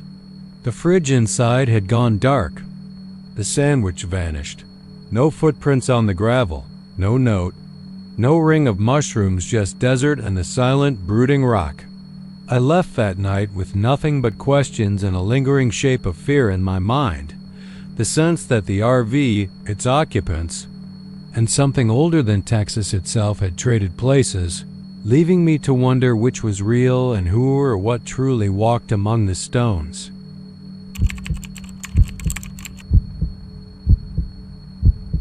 It was just past 2 in the morning when Eddie Morales, overnight security at the LaVentura parking garage, first saw the stretch limousine. He'd done his rounds a dozen times by then, but something about that gleaming white coach stopped him dead in his tracks. The rear door stood wide open like a yawning maw, and on the asphalt before it lay a scarlet carpet, rolled out in immaculate rows as if awaiting some long-delayed celebrity. No driver leaned against the hood. No passengers stumbled out. Nothing. But the engine's faint hum echoing in the empty downtown lot. Eddie's radio crackled too softly, drowning beneath the thrum of idling power. He climbed over the low barrier, his flashlight's beam trembling across polished chrome handles and tinted windows. The limo's interior smelled of roses and stale champagne, as though a party had dissolved in mid-celebration. He edged closer, reaching out. The red carpet felt warm under his boots, fibers still lush despite the night's chill. Whoever had arrived in this car had vanished without a trace, and Eddie's gut twisted with the slow churn of dread. He called. Dispatch, voice hushed. You seeing this? But static answered. Then the night swallowed his words. He clicked off the radio. No sense broadcasting fear. The city lay silent beyond the dim street lamps. He ducked under the door frame, stepping onto the threshold, and that's when he heard a faint scrape from deep in the back. A soft, deliberate movement, like fingernails dragging over velvet seats. Eddie froze, flashlight trembling, illuminating row after row of empty benches. Hello? He whispered. His own voice reverberated unnaturally in the enclosed space. No response, only the distant drip of condensation from aircon vents far overhead. Eddie swallowed, heart hammering. He took another step toward the gloom at the limos. Far end, where darkness pooled behind glossy partitions. The hairs on his neck prickled as if something brushed past him. He spun around. The rear door had eased itself nearly shut, leaving a crack that swallowed the red carpet's tail. Panicked, he lunged backward, knocking his knee against the frame. The world spun. He heard a click, a slow, mournful creak. The door swung wide, in a single smooth arc. Eddie bolted, slamming it shut with his shoulder, then sprinted back toward the security booth, the echo of his own breathing chasing him under Lubbock's unfeeling neon skies. Behind him, the red carpet lay motionless once more. By morning, the limo was gone. No record on the garage's cameras, no GPS ping from its dispatch. LaVentura's managers claimed ignorance. The limo company had no missing vehicles. Local news ran a brief item, mystery at downtown lot, then moved on. Nobody mentioned the red carpet. But every night since, Eddie swore he could hear the soft, muted thump of tires on concrete down near 11th and Avenue Q, as if that silent coach was still making its rounds, searching. Reporter Jasmine Lee, drawn by rumors of the vanishing limo, decided to stake out the garage at dawn's first light. She arrived to find only empty asphalt, skid marks heading toward the street. She rolled out her camera, panning the scuffed barrier. On the red concrete were two greasy smears, like fingerprints, impossibly high off the ground. She leaned close, flash shutter clicking. The smudges shaped themselves, almost like letters, LU, before she jerked away, heart pounding, lens fogging with her breath. At dusk, Jasmine returned with a fixer and a tripod. The sun sank low, painting the skyline blood orange. In the distance, between sagging brick facades, she saw it, the limo, headlights dull, parked at the curb by a black-lit theater. That scarlet carpet lay unfurled onto the sidewalk like a silent invitation. They filmed through their lenses, wide shots, close-ups. The fixer's hand shook as he adjusted focus. Not a soul in sight. The door stood ajar, beckoning. Jasmine walked forward, voice caught in her throat. Her flashlight revealed silky upholstery glinting under street lamps. She ran a hand along the rail, icy cold, though the pavement still held the day's heat. Then she noticed it. On the dash, a child's shoe, frayed laces soaked in something dark. She caught a flash of movement behind her viewfinder, spun, but only the empty street stared back. When she peered through the lens again, the shoe was gone. She ran for her car, footage in hand, but on the rear window flashed a message scrawled in condensation, "Now boarding." She whipped around. No limousine. Only the theater sign flickering with promise, the red carpet recoiling like a wounded serpent. The next morning, the police impound yard held the white limo, towed in by a tow truck driver claiming he found it blocking traffic on Avenue. Officers pried open the rear door. They emerged, pale, uniforms smeared with something so dark it refused daylight. Inside, the seats were damp and stained, no champagne, but thick crimson puddles. On the floor lay dozens of footprints, scuffed into the plush carpet, yet every print led to the door and vanished on the threshold. No footprints in the asphalt outside. Detectives found a single Polaroid in the glove compartment, an old photograph of a smiling family, husband, wife, 2 children standing before that same stretched limousine, red carpet and all. Handwriting on the back read, "Thank you for the ride." The edges of the photo curled black, as though burned by flames no living eye could see. That night, Eddie Morales didn't show for his shift. Security found his uniform folded neatly on the chair, radio turned off. His flashlight lay on the desk, beam locked on the security monitors. Each screen flickered between empty lots, silent streets. And on the 10th screen, labeled Lot 4, in static white letters, sat the limousine. Engine idling, its red carpet stretching out toward the camera like a river of blood. The console crackled to life with a single voice. Next stop, La Ventura. Then the carpet rolled itself back in. The feed went dark.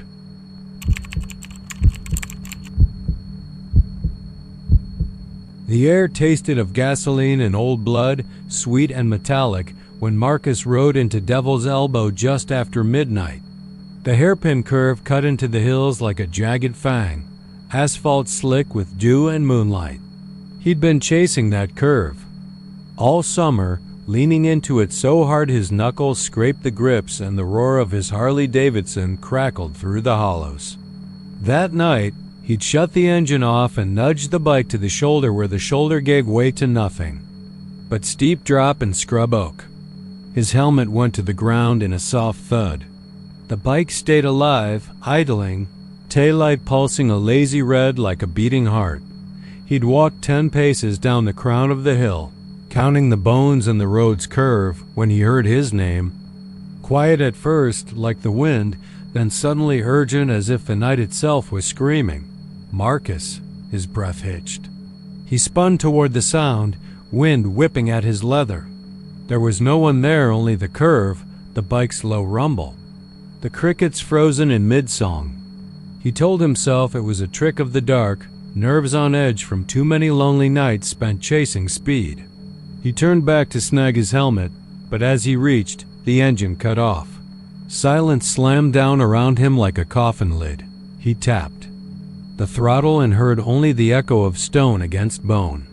The ignition switch lay in his hand, metal cold as a tombstone. Then the roar returned, louder, too loud, but the bike had already vanished, leaving only the stand, the empty space. The helmet lolling in the gravel. Panic clawed at him. He stumbled back up the road, scrambling for the shoulder where the embankment angled into shadow. He peered into the dark and thought he saw movement flicker of chrome, a shape draped in leather, helmet too. Marcus, it whispered again, closer now, a breath in his ear so warm it burned. He spun, hard hammering, but nothing but empty. Night. He ran toward the curve, two hands outstretched to grasp his bike, his personhood, the thing that tethered him to reason. Instead, he found fresh tire tracks in the gravel turning sharp into the dark scrub, then coming to a halt at the lip. He swallowed bile, forced himself forward. The ground fell away beneath his boots, gravel loosening underfoot until he scrambled to keep from tumbling. He saw the edge, no bike, no rider, only the promise of a plunge 100 feet down where jagged rock waited to tear flesh. His breath hitched and he dropped to his knees, staring over the brink. There, drifting in the moonlight, lay the helmet, cracked across the visor. Blood pooled inside like a dark promise. He screamed into the night, voice lost in the hills, but the echo wasn't his. Some other shape repeated the cry, guttural and wet, and hushed abruptly. He clung to the rock like a man drowning in air, eyes scanning the drop for a body, for anything. There was nothing. Only the helmet, spinning slowly, and a faint scent of gasoline drifting up to him. He scrambled backward. Hands scrambling for purchase, scraped his palms until they bled. Then, at the lip, just past where terror ended and madness began, he saw one long black boot protruding, bent at an unnatural angle, sock torn where bone lay white. He froze, stomach twisting. Then the moon caught a flash of chrome on the boots. Buckle, and a hand popped through like a finger pressing a button. "Help me." The voice came again, Marcus's voice, calling for help. The voice from the void. Marcus's face pale, eyes white as moons, lips cracking in a grin that stretched too thin across his cheeks, peered up at him. But as Marcus gasped, the body slithered backward into the darkness, dragging itself feet first. Over the edge, helmet and all, until only the whisper of fabric brushing stone remained. The last thing Marcus saw before he disappeared was the curve of hill illuminated by that forgiving moon, and 2 points of light glinting on the ground, the snaps on his friend's vest, catching the night like hungry eyes. Days later, when Sheriff Dan Hargrove found the bike still running at Devil's Elbow engine, growling almost with irritation, he shook his head, clipped on latex gloves, and took out his flashlight. The beam revealed the Harley's polished chrome, gleaming cruelly. He noted the gravel on the seat as if someone had crawled away after falling. He spied the helmet, visor shattered, still bearing the smear of dried rust. He called it in. One? Motorcycle abandoned on the side of the road, no sign of the rider. They combed the ravine with search dogs and drones, but the earth had swallowed any trace. They searched for a week before officially calling off the hunt, chalking it up to a run-of-the-mill missing person. Still, the locals whispered that Dan stayed up nights, hearing that faint Harley roar in his dreams like an engine that wouldn't quit. On the anniversary, Dan found himself climbing Devil's Elbow under a red sky at dusk. He parked his cruiser where the asphalt gave way to gravel, helmet on the dash. He stepped onto the loose stones, heart in his throat, and listened. For an engine. For Marcus's voice. He heard nothing but the wind. Then came the softest rasp of breathing behind him. Dan froze, hand twitching at his holster, spine stiff as steel. "Sheriff," someone said.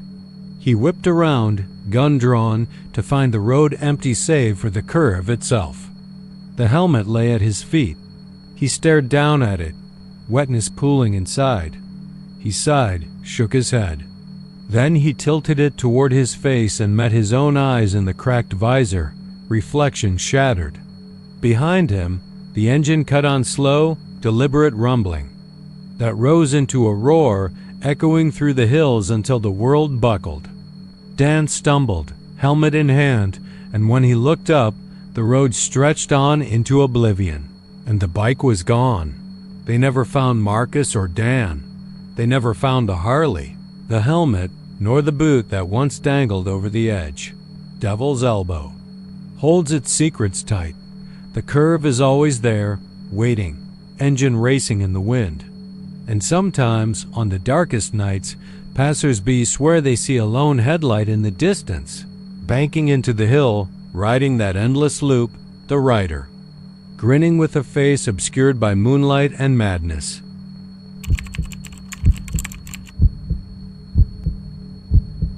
They found the dune buggy at first light, half swallowed by the morning haze and drifted sand, its bright orange roll cage barely peeking from beneath a 3-foot swell of wind-sculpted dune.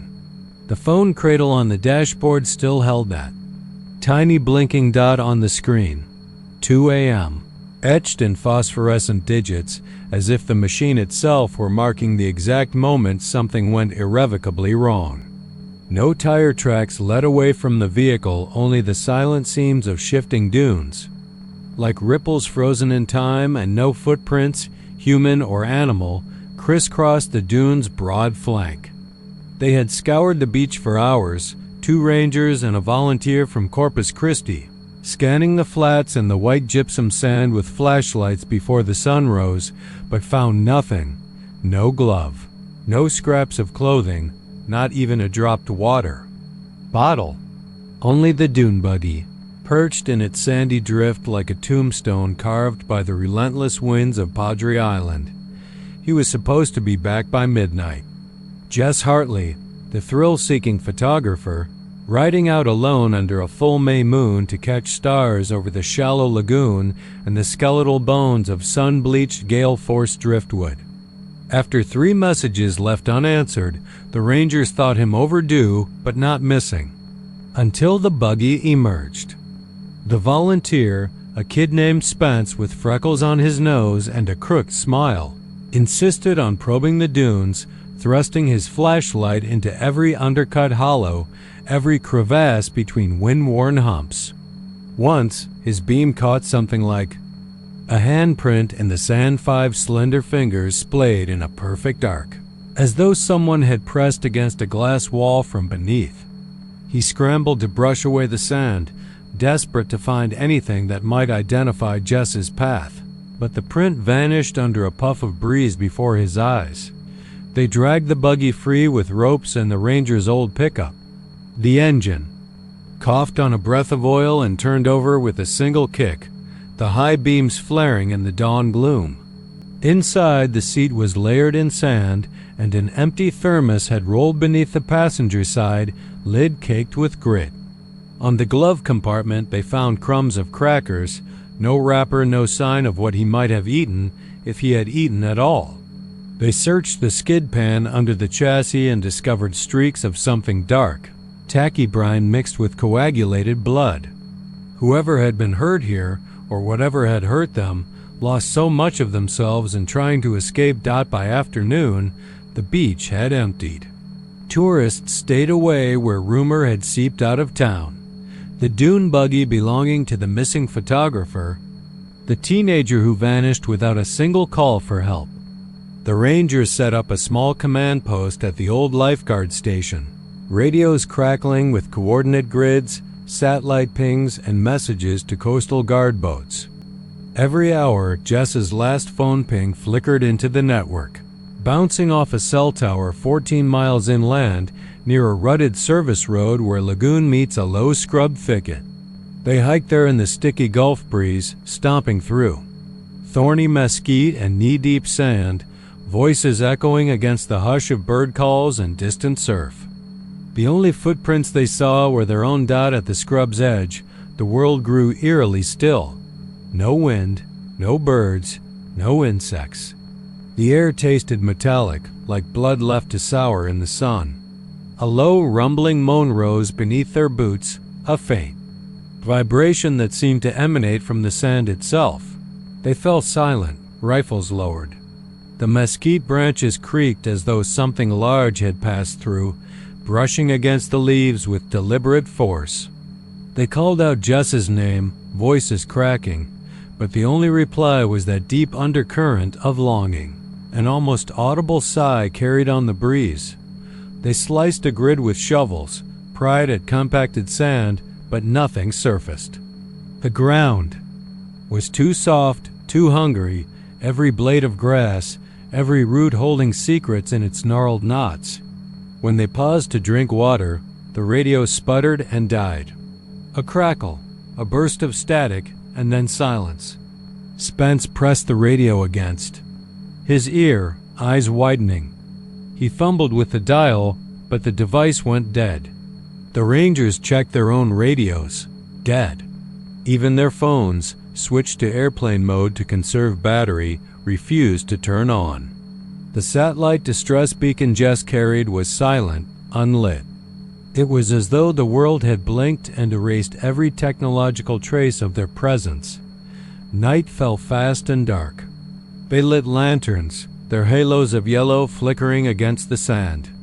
Shapes moved at the edge of the light, small, skittering. Shadows, too quick to identify. Each time the beam swung, the shapes fled like startled rodents. But one figure held its ground, a slender silhouette that crouched atop a nearby dune, watching.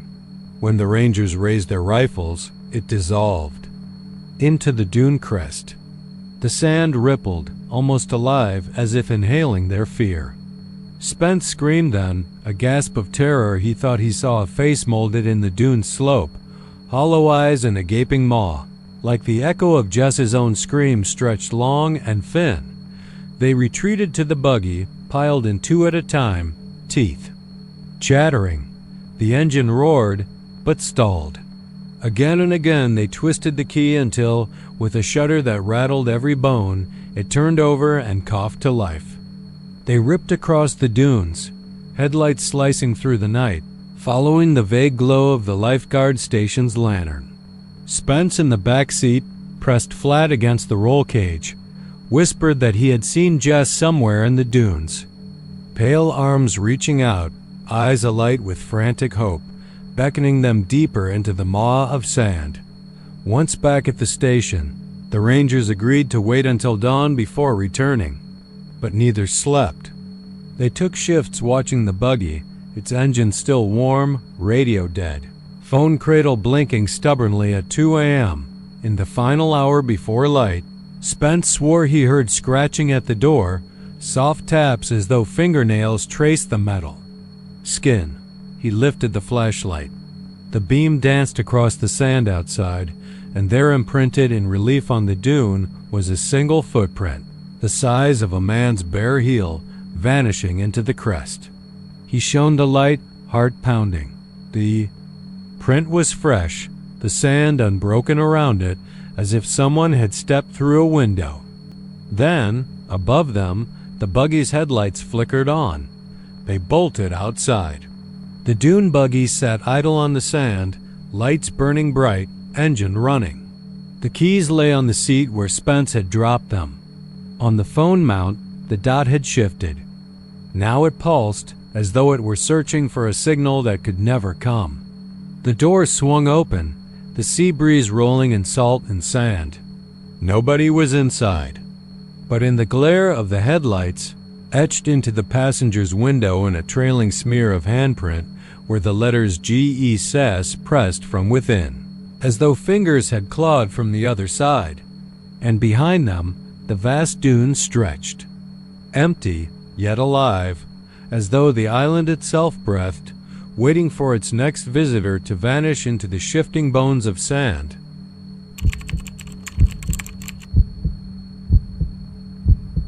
The engine's roar echoed off the limestone hills, a deep, throaty growl that seemed too alive for something abandoned. Moonlight struck the 70 Firebird's flared wheel wells and long hood, painting the car in bleached silver. The road beneath, it wound like a rattlesnake through cedar and mesquite, every curve carved from the same pale rock that made the quarry towns up ahead glow in the distance. Inside the cabin, the heater fan spun, kicking warm air through cracked vents even though the night was cool and odd comfort, like someone had set it on purpose. On the dash lay a crumpled paper map, its folds torn and jagged, the thin highways scrawled in red.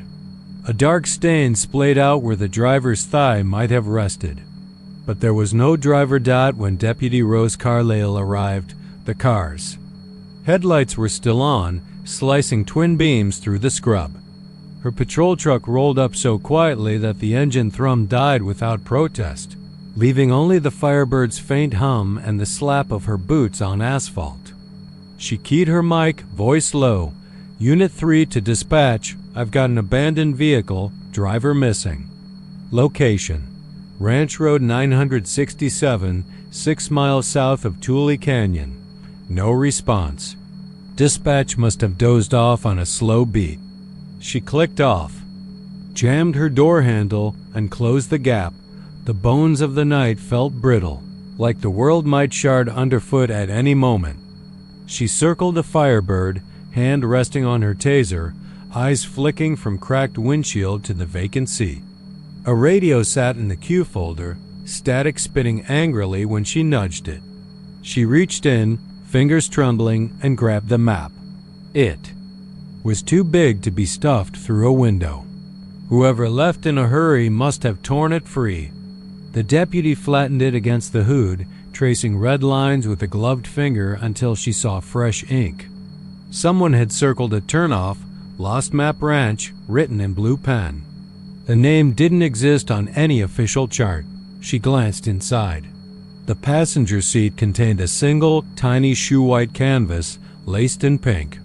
A child's, her stomach.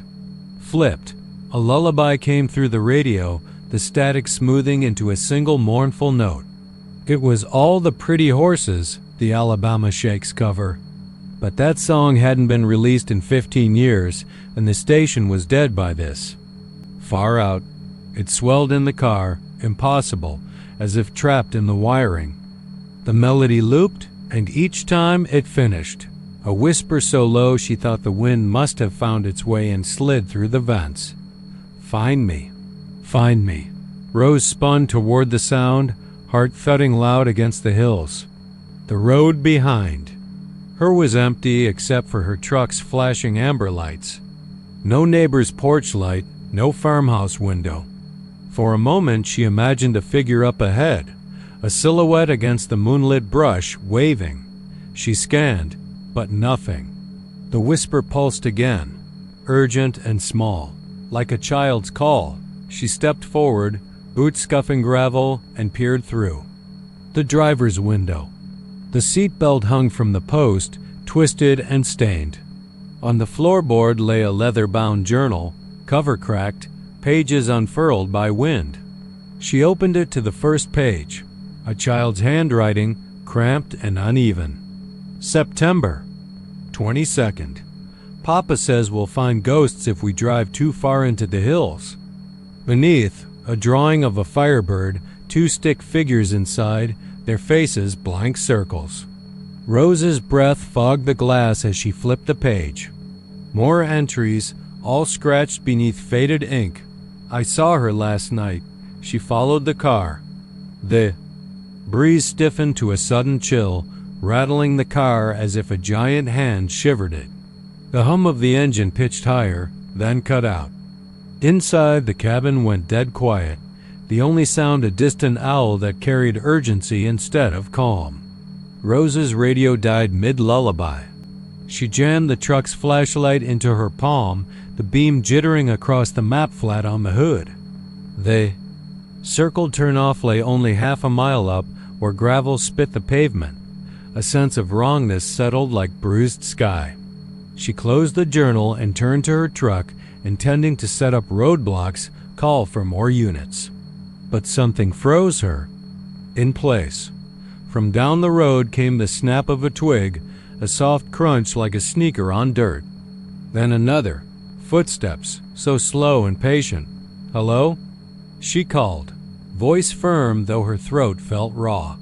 The night swallowed her words. The footsteps paused. The moonlight pooled at the bend, just beyond a stand of live oaks. Shadows flickered. And retreated. Rose raised her flashlight, arm shaking, and swept through the trees. No movement. Then she saw it. A small handprint pressed into the dusty side window, smeared red. She swallowed, scanning for the owner. The desert scrub was empty, but when she blinked, a shape stood in the road, phosphorescent white. A little girl, hair in pigtails, wearing a dress that billowed without wind. Her face was one of those blank circles, eyes like hollow moons. Rose. Froze, heart a jackhammer. The girl lifted a hand to wave, and her lips parted in a silent smile. The deputy took a step back, radio slipping from her belt, clattering. The shape flickered, as though the girl were dying by the second, and the lullaby hummed again, low and distorted. Through nowhere.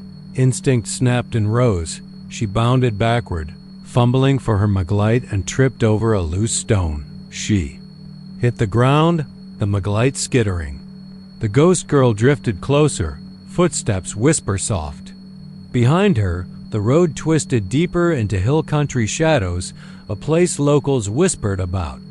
The Lost Map Ranch, a name that didn't belong. Rose scrambled to her feet and charged back toward her truck. But the ground bucked and shifted, the asphalt rippling like a disturbed pond. She slammed her shoulder against the Firebird's door, expecting glass, but it yielded, swinging open silently. She jumped inside, slammed it shut, and twisted the ignition. Nothing. The engine was gone. Through the windshield, the ghost girl raised both hands, tiny palms pressed to the glass. The lullaby soared, scraping her nerves raw, and the map on the dash folded itself, creasing into a map of nothing but black lines. Rose pounded on the steering wheel, screaming though no sound came. Then the girl's face melted, features sliding into the blankness of night, and the voice hissed, "Where is he? Where did he go?" A single fog lamp sputtered on the front fender, casting the hills into a gradient of gray. The shadows retracted like a breath exhaled too long, and the girl was gone. Rose's chest slammed with relief until the seat beside her shifted as if occupied, a cold press against her arm. She glanced over to see dirty work boots and jeans, though no leg or foot extended beneath the seat. She screamed again, wrenching. The door opened. The cool air snapped her back to reality. The Firebird's engine roared to life behind her, as if the car finally remembered it had been left running. Rose spun toward it, saw headlights flaring under the oaks, the car inching forward as if guided by unseen hands. Rose stumbled backward, breath heaving, tears mingling with sweat. She raced to her truck and fumbled the keys. Inside, she punched the door lock, started the engine on the first turn. The Firebird's headlights followed her through the bend, staying locked on her tail until she floored it, tires winding up to speed. Hours later, still shaking, she radioed in, voice trembling. Unit 3 to dispatch. "I'm okay, but that car, I don't know. I'm heading back to the station. Did anyone else find a missing person on RR 967 tonight?" Static answered her. In her rearview mirror, on the faint horizon, she saw the Firebird paused at the bend of lost gravel road. Engine idling. The red glow of its tail lamps pulsed once, twice, then cut out. She kept driving. When Rose logged the report at dawn, she wrote only 3 words for what she'd seen. No body found. The deputy who responded later said the car, when towed, had no blood, no prints, no map, no journal, and not a child's shoe inside. They towed it off to impound, where it sleeps now beneath fluorescent lights. But every night, just as the sun dips behind those limestone hills, a rookie deputy claims. He hears it, the engine's growl, faint as a heartbeat, calling from down a winding road named for something that never belonged.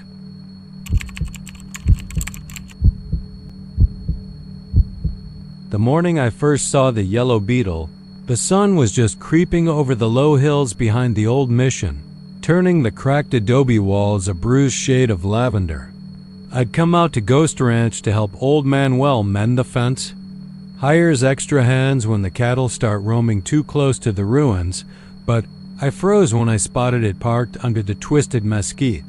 A beetle, gleaming like it had just rolled off a showroom floor, bright as a lemon, dropped in the dust. Fresh flowers lay on the passenger seat, their blossoms still pink and white as bone, and resting against them was a little note written in looping cursive. I'm already home. No one ever claimed the car. We left word at the nearest town posted. Flyers on the bulletin board at the feed store. Manuel called the sheriff's office. Nobody came. The flowers wilted a little each day, but someone kept swapping in fresh ones. The note stayed never changed, never smudged or torn. Just sat there, staring. I started sleeping in the little bunkhouse by the Big Bend Highway, 2 miles down the dirt track from the mission. At night, I'd hear the beetle's engine sputter in the dark, like someone trying to start an old friend.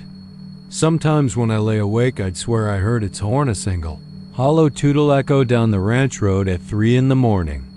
By dawn the car sat silent and clean, dew glinting off its paint like scattered coins. The restless wind carried stories from the mission. They said a nun named Sister Magdalena vanished 50 years ago, back when the ranch still hummed with life.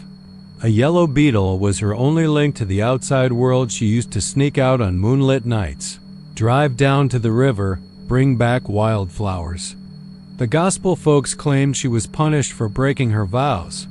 The local Mexicana whispered about a pact she made with something old and hungry in those ruins. I never believed it until I saw the car parked beneath the same cracked cross she prayed beneath. One evening I crept toward the beetle, flashlight in hand. The beam carved a tunnel of light in the gathering dark. I saw the petals of the flowers glisten with dew, and when I leaned in, the door offered no resistance. Inside, the air was cool and smelled of dirt and lavender like freshly turned earth. The note rested on the seat, exactly where I'd found it, the ink still crisp. My throat went dry. My reflection in the rear view showed my eyes wide, my mouth slack. I closed the door and backed away, but that night I dreamed of driving. The steering wheel in my hands was slick with sweat. The mission's bell tower loomed ahead, moonlight slicing through broken beams.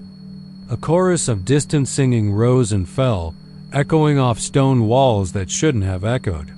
I put the pedal to the metal and the beetle shuddered, shooting forward without me at the wheel. I stumbled to the passenger door, reached inside to grab the keys, and woke up with my heart pounding like a death knell. Next morning, I found a photograph tucked under the note. It was black and white, sepia-fringed, a smiling woman in nun's habit holding a bouquet of wildflowers. Behind her stood the same beetle, its paint faded. I didn't recognize her, but I recognized the mission ruins in the background. The photo had been there overnight. Yesterday it was just flowers and ink. I resolved to leave, but the ranch felt wrong now. The sun felt hotter. The birds kept silence. Manuel offered me double pay to stay. He swore he'd see someone had claimed the car, but no one came. I'd almost said yes when I heard a soft humming metal against metal outside the bunkhouse window. I peered out and saw the Beetle, engine idling, headlights off, its silhouette hunched like a stray cat. I thought I saw a figure in the driver's seat, pale and still. I blinked. It was gone. That night, I carried a lantern down to the mission. Moonlight silvered the whitewashed walls and painted angular shadows across the courtyard. The Beetle sat at the far end, flowers gone, note missing. In its place lay a single wilted rose. As I stepped closer, a low moan drifted from the chapel doorway. My lantern trembled in my hand. Inside, the air felt alive like something stirred in the stone pews. Something hungry for warmth. I heard footsteps behind me and spun around. No. One. But the Beetle's engine roared to life, high and keening, and the headlights snapped on, blinding me. I shielded my eyes. When I looked again, the car was gone, but the headlights beat on the mission wall, coming closer, closer, until they filled the entire courtyard with pale yellow light. The mission bell tolled, though there was no rope, no keeper. Toll, toll, toll, I ran. I didn't look back until I burst through the gate onto the open plain. The light died as I crossed the boundary. Safe, or so I thought. But when I reached the bunkhouse, the note lay on my pillow. I'm already home. I thought I was losing my mind. I left that night, drove down the highway until dawn. At the nearest town, I went to the feed store and saw the bulletin board empty of my flyers. The sheriff's office swore no Beetle had ever been reported here. No missing person, no yellow car. I showed them the photo, the note, but they looked at me kindly, as if humoring a folk tale. I packed a bag and got back on the road. The emptiness of the Texas sky pressed down like a verdict. I drove until my gas tank was nearly empty, then spotted headlights up ahead. A yellow Beetle, its beam a soft glow against nothing. It pulled onto the shoulder, doors unlocked. I pulled over without thinking. The engine ticked. The note rested on the seat, exactly as it had so many times before. Flowers lay beside it fresh, untouched by dust.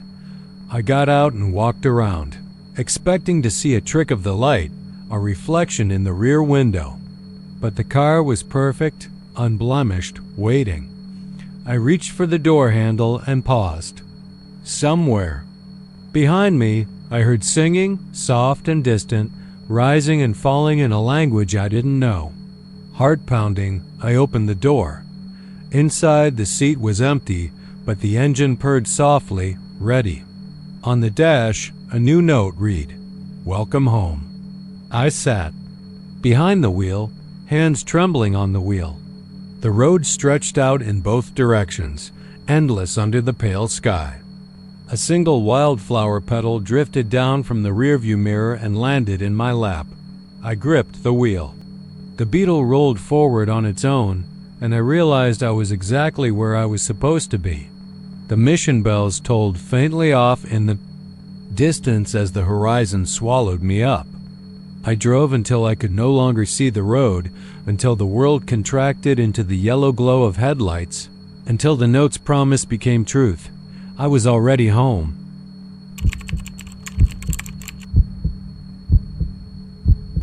The night air off Corpus Christi Bay was cool, but it carried a feral tang of salt and decay, as though the sea itself was rotting from within. I found myself at the end of the concrete pier slabs of weathered gray stretching out into the Gulf, like a crooked finger beckoning me to the unknown. Street lamps flickered at odd intervals, their orange halos shivering against the dark. The sky was overcast, a blanket of steel clouds that let no moon through. The only sound was the gentle slap of water against the pilings, punctuated by a faint, mechanical ticking that seemed impossibly out of place. At first, I thought it was the gate's old clockwork, but when I followed the noise to its source, I saw something impossible. There, half in shadow, half bathed in the rotating glow of a lone lamp, sat an ancient yellow cab. Its paint was chipped and dull. rust creeping along the edges of the hood like a disease. The tires were flat, the chrome grille pitted, and the windshield marred by 100 tiny spider web cracks. Yet the meter inside ticked up, first a few cents, then dollars, then more. $32 and change, 40, 45. I pressed my face to the rear window. The cab was empty. No driver, no fare, no one, and yet the meter climbed as if tracking the seconds of some hidden passenger's journey. I circled the car, a shiver crawling up my spine. The doors were locked, the windows rolled up tight. The interior lights glowed faintly, revealing cracked vinyl seats and a back seat stained dark, as if someone had spilled coffee and spilled blood all at once. I knocked on the glass. No response. I leaned closer, heart pounding, to peer into the front seat. The taxi tag swung from the rearview mirror, battered but still legible. Midnight Crown Cab Co., Corpus Christi. I'd never heard of the company, although I had lived here most of my life. The name felt wrong, like an echo from a half-forgotten dream. A gust of wind snaked across the pier, rattling the old lamp and sending a hollow clang through the night. It felt alive, as though it carried a whisper. I heard it clearly then. Go. Home. I spun, but saw nothing beyond the taxi and the black horizon where water met sky. The meter ticked again, $50. Was it charging me for staring? For daring to witness its existence? Fear hammered in my temples, but some perverse curiosity pushed me forward. I tried the door handle, locked solid. Hands shaking, I searched. My pockets for change, something to drop through the slot, to test its claims, to break the spell. All I had was a crumpled dollar bill and a handful of coins. I fed them into the slot. The meter jumped $51.52. I dropped the bill, and the needle spun to 70 before settling. My breath hitched. Behind me, something moved on the pier's edge. I spun again, nerve endings alive. A darker shape against the deeper dark slipped behind a piling. The tide whispered. I called out, my voice a hoarse rasp, but the shape did not answer. I approached the piling, peering around. Nothing. No human silhouette, only the restless water and the carnival of broken reflections dancing on its surface. Lightning flickered far off, a pale blue line beneath the clouds. The cab's meter ticked upwards 80-90. I realized with bone-deep dread that each tick was counting something precious, time, sanity, perhaps even life. A dread so ancient it felt like part of my skeleton sprang to life. I thought of the stories buried in these waters, shipwrecks whispered of by old-timers, fishermen lost to storms, of carcasses snagged on rusted anchors. Perhaps this taxi was another kind of wreck, a vessel adrift between worlds. Lightning cracked overhead, and for a heartbeat the clouds parted to reveal a sky alive with stars, bright, cold, indifferent. But then the clouds swallowed them again, and with the darkness came the softest, most agonizing sound I have ever heard, a low moan from inside the cab. I froze. The cab door handle rattled, as though someone inside were trying to open it from the other side. Seconds stretched. The meter paused at $99.99, then clinked over to 100. My heart thundered. So loud it seemed the only thing in the world. I wanted to turn and run, but my feet were rooted to the cracked concrete, as if the pier itself had turned to cement around me. The door rattled again, louder this time, and a figure drifted into view in the windshield. Pale, almost translucent, with hollow eyes that bore into mine. The face was weathered lines etched deep, as though the wind and salt and time itself had carved it in. Mouth opened as if to speak, but only silence came. The meter ticked once more, 101. I realized I was trapped in some unholy transaction. The taxi demanded payment, and I had nothing left but fear and the sharp, metallic taste of adrenaline in my mouth. I closed my eyes, willed the vision away, but when I opened them, the cab was gone. No yellow car, no pale ghost, nothing but empty. Pier and a lap lap lap of water.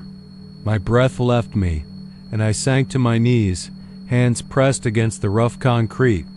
The wind tugged at my clothes, urging me forward. When I looked back toward the shore, the lamps were dimmed, and the path home stretched long and silent. I staggered up, legs trembling, and descended the pier, each step echoing until I was sure the tapping was my own footfalls. That night, I laid awake, haunted by the ticking, the pale face, the hollow eyes. At dawn, I returned to the pier, hoping for daylight to banish the memory. But the taxi awaited, there beside the lamp, intact, unchanged. Its meter read $1,200.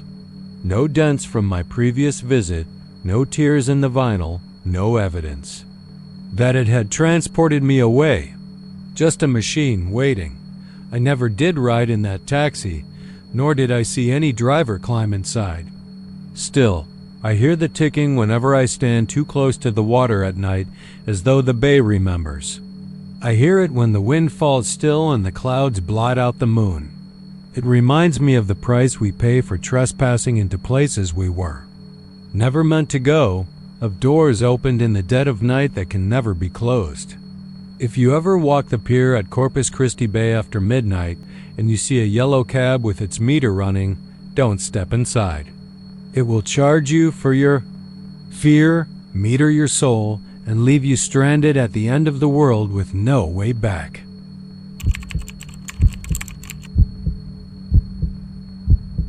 The night air along the floodplain was thick with moisture, so heavy it pressed against the skin like a damp curtain.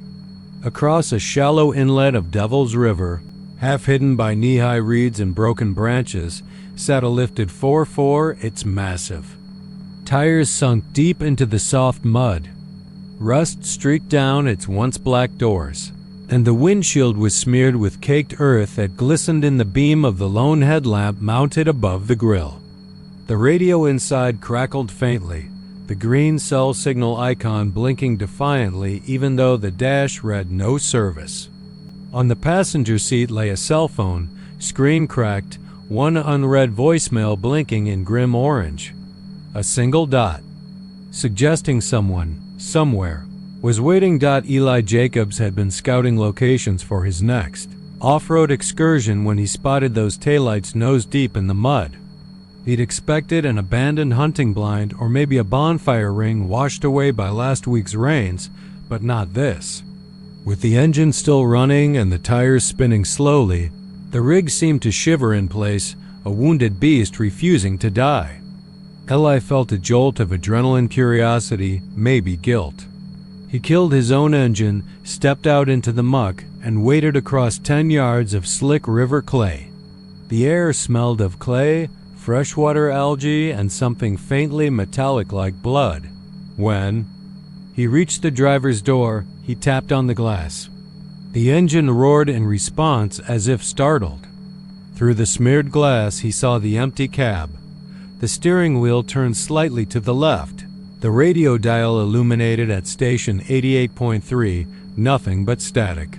He reached for the handle, half expecting a flash of movement inside, but the cab stayed empty. No footprints, no mud inside, no sign the driver had even stepped out. Only the voicemail beckoned. He opened the passenger door, the cell phone landing in his palm like a lead weight. 4 ounces of plastic, 4 ounces of mystery. He hit play. The voice that spilled out was flat, rehearsed, a woman whispering. Over distant water sounds. You said you'd meet me where the river bends. You said you'd call if you couldn't make it. I'm getting cold. Then nothing, just the hiss of static and his own breathing. The message had stopped mid-sentence. He replayed it. Same spot, same breathiness that suggested tears, or maybe dusk turning chill. No timestamp beyond inbox, one unheard message. He pocketed the phone, wiped the mud from his fingers on his jeans, and circled the truck, scanning the marsh dot above him. The sky was a slab of charcoal, the the stars swallowed by heavy clouds. Somewhere upstream, the river gurgled ominously, low, waters whispering over unseen rocks. The trees along the bank leaned in close, as if straining to hear the voicemail too. Eli felt a hum in his skull, that old premonition coil winding tight. He tried the passenger door. It gave without resistance. In the back of the cab, he found a half-empty thermos of coffee on the floor, its lid missing. Steam curled upward, even though the air was too cool for lingering heat. He knelt to examine the ground around the tires. No footprints, only ripple patterns in the mud, like faint handprints pressed against the earth. His phone buzzed, despite the dash reading no service. He fished it out to see a text from his friend Micah. "Where you at?" The timestamp read 10 minutes ago. He crafted a reply, "Stuck truck on Devil's River floodplain. Found phone voicemail TXT me," but the message failed to send. The phone pulsed again. This time, the voicemail icon blinked twice as if a second message had arrived. He hit play. A man's voice, low and harsh. "You hear me breathing? Fine, run if you want, but I'm never leaving." Then a click and the hiss of static. His skin prickled. He lurched backward, nearly stumbling as a dry branch snapped behind him. He spun to face the darkness, heart thundering. Nothing but reeds, swaying in the lantern glow. But the crackle of the radio surged, the static coalescing into something more. A faint melody, a lullaby in half-remembered Spanish, punctuated by a child's giggle. He climbed into the cab again, slammed the door, and killed the engine. The lullaby stopped. Silence, thick as drowned dreams. He sat in the driver's seat, mud from his boots soaking through the rubber floor mat, phone in hand, breathing the stale scent of coffee and diesel. The voicemail icon glowed, a silent accusation. Eli's flashlight lay on the dash. He found it with shaking fingers, clicked it on. The beam cut a tunnel into the night, illuminating the plots of mud, the rivulets where water still pooled. He unbuckled his seatbelt and climbed out again, convinced he'd see footprints now, but the ground was still unmarked. He drifted upriver, toward where the glow of his truck's lights was a pinprick against the dark. Each step was a labored promise. Move forward, find something. The riverbank leveled off into an old railway embankment, but the tracks were gone salvaged. Long ago, he crept along the top, and around a bend he saw a shape. At first he thought it was a fallen log, but as his light approached, he saw the shape of a body, propped against a tree trunk. Mud-encrusted hair matted the skull, and one arm dangled like a broken marionette. The jeans and boots matched the size of his own. The face was tilted up, mouth open in an agonized gape. He choked back a sob, stumbled sideways.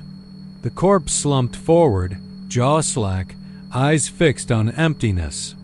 And then the jaw snapped shut, a dry clack that echoed through the night air like a gunshot. Eli's flashlight dropped, the beam spinning wildly before resting on two glowing eyes in the shadows behind him. A low growl rumbled through the mud. He turned to run, sprinting toward the truck, tripping over roots, heedless of mud that sucked at his boots. He threw himself into the cab, fumbled the key from the ignition, and cranked the engine. The horn blared unexpectedly. The dashboard flickered, cell signal, then cut to one unread voicemail, then two unread voicemails. The radio. Dial spun past static to a clear frequency, someone whispering his name. He stomped the accelerator. The tires spun, mud spraying high, and the 4x4 lurched forward, leaving twin ruts in the floodplain.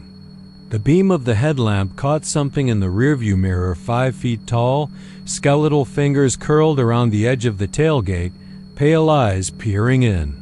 He floored the gas, the engine roaring, mud spraying over the cab like rain. As he sped away, the radio came alive with that woman's voice, clear and urgent. "Help me." I'm here." The words repeated in an endless loop, but when he reached the pavement, the inbox on his phone read 0. No voicemails. No text messages. The river plain lay silent behind him. His hands trembled on the wheel, heartbeat pounding so hard he thought his chest would cave in. He glanced over his shoulder one last time as the floodlights of Devil's River faded into the mist. There was nothing, only the black ribbon of road, stretching into night, and the faint echo of distant laughter carried on the wind. He dared not listen, did not look again. But deep in his pocket, the phone vibrated once more, though the screen remained dark. And somewhere, buried under the layers of memory and fear, he felt the slow, insistent pulse of unanswered calls waiting to be retrieved.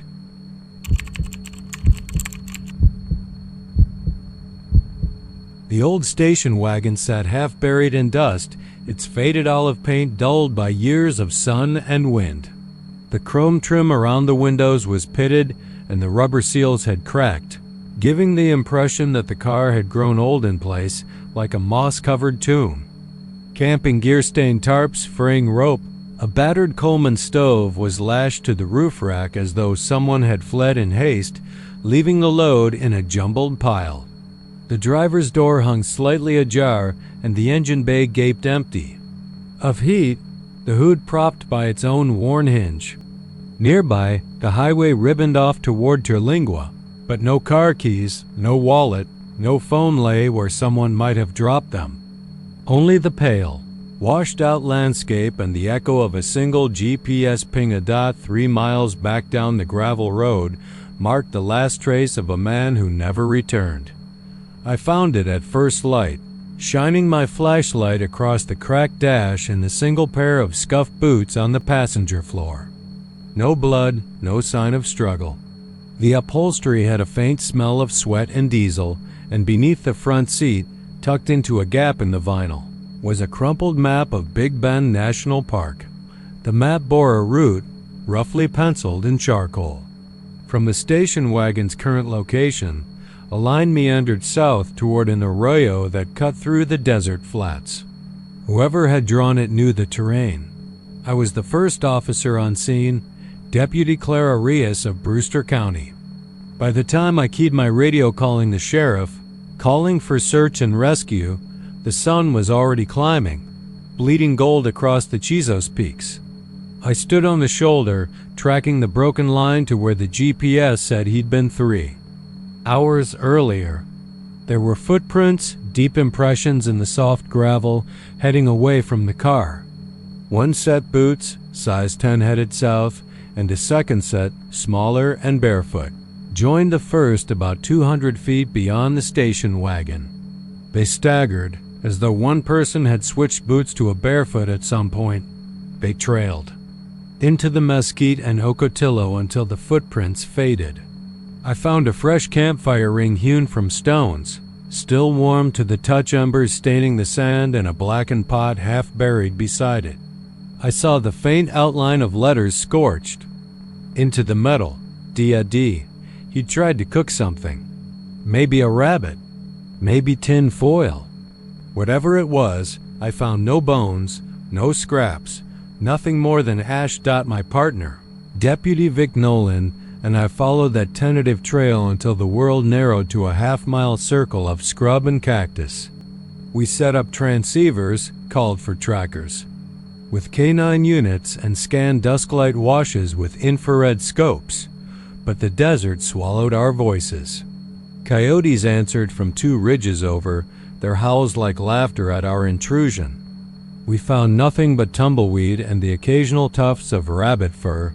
Battered by carrion beetles. On the second day, we combed the flats with drones, dropping GPS markers where we spotted anything suspicious. Discarded water bottles, a bent tent stake, a single leather glove pinned to a creosote bush. Nothing else. On the third day, the drones picked up something on thermal, a faint heat signature deep in Terlingua Creek near the hot springs. We raced down in ATVs, sure we'd find him collapsed, delirious, on the rocks. Instead, we found a shallow depression. In the mud, like a body had been pressed there, and nothing more. By then the wind had picked up, swirling fine grit into our eyes and nostrils. We erected tarps, tried to rest at the makeshift camp by sundown, but every night the coyotes grew bolder, edging close, tearing at plastic bags left out to collect moonlight. In that half-light, you felt watched, as though the desert itself was the hunter. I thought back to the station wagon. What was he carrying on that rack? The Coleman stove was there, so it was a battered metal cooler with faded stickers for Caprock Canyon State Park. In the glove box, wedged under the owner's manual, I found a single photograph. A family portrait, father and 2 boys, all sunburned. Standing before the simple barn, a roadside tourist trap near Marathon. The little boys wore matching cowboy hats. Their smiles were too perfect. Someone had circled the father's face in black ink. Underneath, in looping cursive, these words, "See you soon." And so I imagined him, a father on the road with his sons, bent on something: camping, bonding, maybe a weekend escape. But when he pinged that GPS, it was just him. No one else answered his final call. His phone lay on the passenger seat, screen cracked, battery dead. By night 4, we brought in night vision goggles. I walked ahead of the dog, scanning the underbrush. The desert at night is not silent. It breathes. The creosote leaves sighed against each other like mourners' whispers.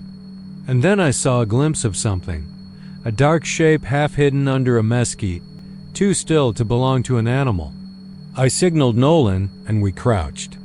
His flashlight beam cut through the gloom, illuminating a child's boot, the kind worn by kids half the height of a man. We found shattered fragments of a neon green water bottle, a child's hat with the brim torn off, and footprints circling the station wagon's last ping like the rings on a stone thrown into water. In the pale haze of my lamp, I realized the tracks were inhuman. Too many toes, too many joints, splayed at odd angles. They weren't human at all. I radioed them in, but my voice trembled and I cranked the mic back down. Nolan saw it too. We backed away, careful not to step on the prints. Behind us, the night vultures called. The stars glittered overhead, each one indifferent to the nightmare unfolding below. That night I couldn't sleep. The wind rattled the tent, and I kept seeing that old station wagon, all its windows staring back like hollow eyes. I wondered what deeper corridors of this land had swallowed them, the father, the boys. Something waited in the washes, something too ancient to follow a map, too alien to ping a sat network. Something that knew those trails better than any living man. When dawn broke, we widened the search east toward the Davis Mountains, onto game trails where there should have been no footprints. The drones found more heat signatures, small, clustered, scattering whenever we tried to approach. The dogs bolted with hair raised, snarling at empty air. We lost them once, found them days later some 10 miles south, collapsed at the edge of the river, tongues lolling, eyes manic. And still no sign of the missing. No bodies. No twisted axle. No abandoned campsite beyond the cold ring of stones.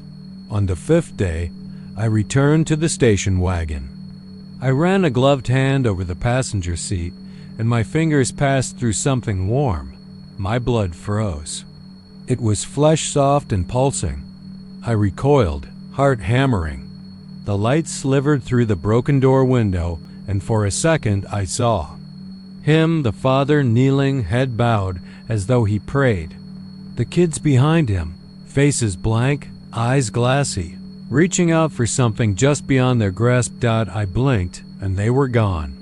But the seat upholstery had fresh tears, slick with something I didn't want to name. I backed away, too stunned to breathe. In the distance, the coyotes howled.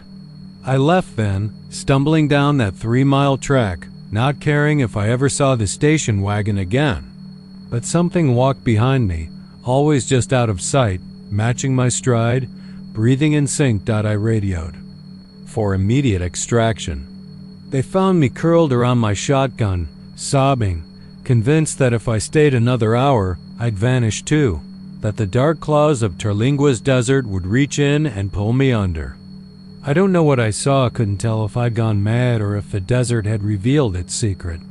All I know is that no one came back from those washes, and that old station wagon's GPS still echoes in my head.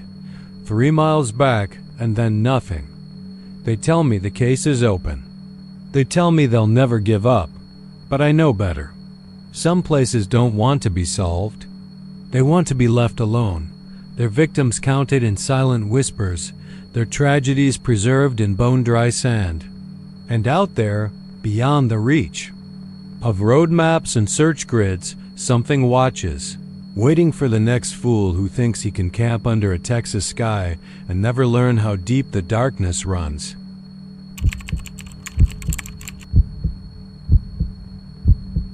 I never meant to stop at mile marker 98.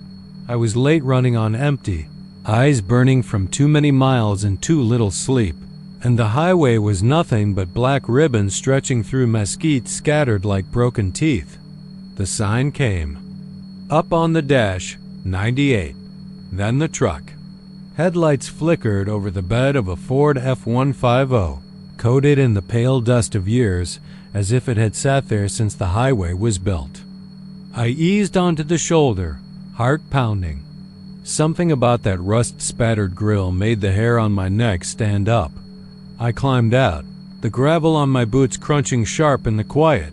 No wind stirred, no insects droned. Just the faint hiss of my engine cooling. I raised my flashlight. No footprints in the pale gravel. No tire tracks besides the ones that brought the pickup itself to rest. The driver's door stood ajar, but the glass was intact, the handle smooth as if it had never been touched. I found the keys in the ignition cold and the engine hadn't been revved in days. No spilled coffee mug, no half-burned cigarette in the ashtray. No sign of a struggle. No sign of a person. I circled the pickup, heartbeat loud in my ears. The radio antenna leaned like a broken spine. I flicked on my phone light and peered inside. The seat fabric looked new, unblemished. The glove compartment lay open. Papers? Scattered like fallen leaves registration from 2 years ago, an insurance card, a folded highway map. I picked up the map. Hand-drawn notes circled Junction 205, an arrow pointing to Devil's Backbone. My knuckles whitened. Everyone in Laredo knows that name. Local legend calls it the place where time unravels. I leaned closer to the map, touching the arrow. A whisper of movement beside me made me spin around, but the road was empty. The sky, ink black save for stars. My flashlight beam trembled as I felt a presence, something just beyond the splash of white light, watching. I shook it off, probably a deer. I returned to the cab and bent to grab the map back inside, but the door slammed shut behind me with a hollow clang that reverberated through the chassis. Panic pounded in my chest as I yanked the handle, locked. I'd pounded on the window. No response. Outside, gravel shifted as if someone stepped back, then silence. I reached for my phone to call help, no signal. Not even the faintest bar. Dead. I hit redial until my thumb ached, then gave up. The night. Pressed in, heavy and pregnant. I searched the truck bed for tools, found a crowbar shoved under the liner. I pried at the frame of the driver's door. Metal groaned, paint chipped. Outside, footsteps crunched slow, deliberate circling like a predator. I froze. The crowbar slipped from my hand. The footsteps stopped. Hello? I hissed into the dark. My voice sounded alien to me, thin with dread. No answer. I jammed the crowbar under the window, levered with all my strength. The glass cracked, spiderwebbing from the corner. I crawled out, blood thumping in my ears, and backed away. The pickup's taillights blinked on one red eye pulsing. My breath caught in my throat. They'd never been connected. The engine. Turned over, Low and slow dot, I stumbled backward as the truck lurched forward an inch, then back again, idling in place. The door swung open. A figure sat in the driver's seat, head bowed, shoulders hunched. A man in denim flannel, boots caked with dust, his face hidden in shadow. I screamed and covered my face. When I dared to look, the seat was empty. My radio crackled with static, then a voice. "Thank you." It was soft, distant, yet inside my skull. The pickup's tires spun, churning gravel into spray.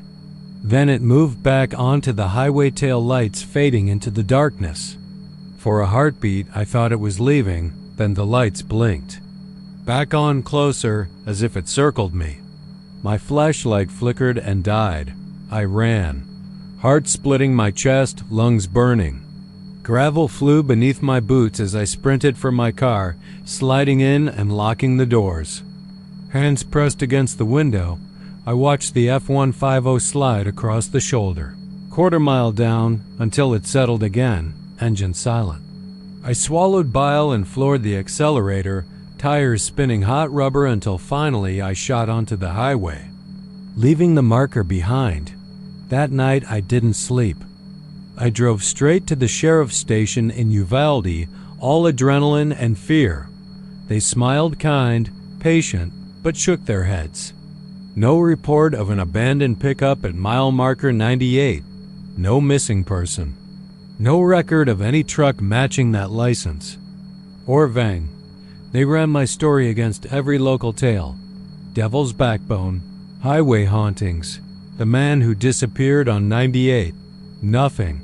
Back home, I couldn't shake it. I heard that soft thank you in the hum of my refrigerator. I felt cold steel behind me in the shower. I caught movement at the edge of my vision, a dusty silhouette flickering like a projection. I found footprints in my driveway one dawn 3. Prints leading from my car's passenger door to the edge of the road, then vanishing into thin air. I burned the map. The scraps turned to ash in the fireplace. But traces remain, the map's arrow scorched into my mind. At night I dream of a truck's engine turning over, then silence, and a gentle voice whispering my name. I know what happens if I ever stop. At mile marker 98 again, the pickup will slide onto the shoulder, taillights pulsing, waiting for me. It will thank me. Then it will claim me, and the ghost of the driver I never saw will take my place, hands on the wheel, head bowed, waiting for someone brave or foolish enough to take the seat. And no footprints, no fingerprints will ever be found.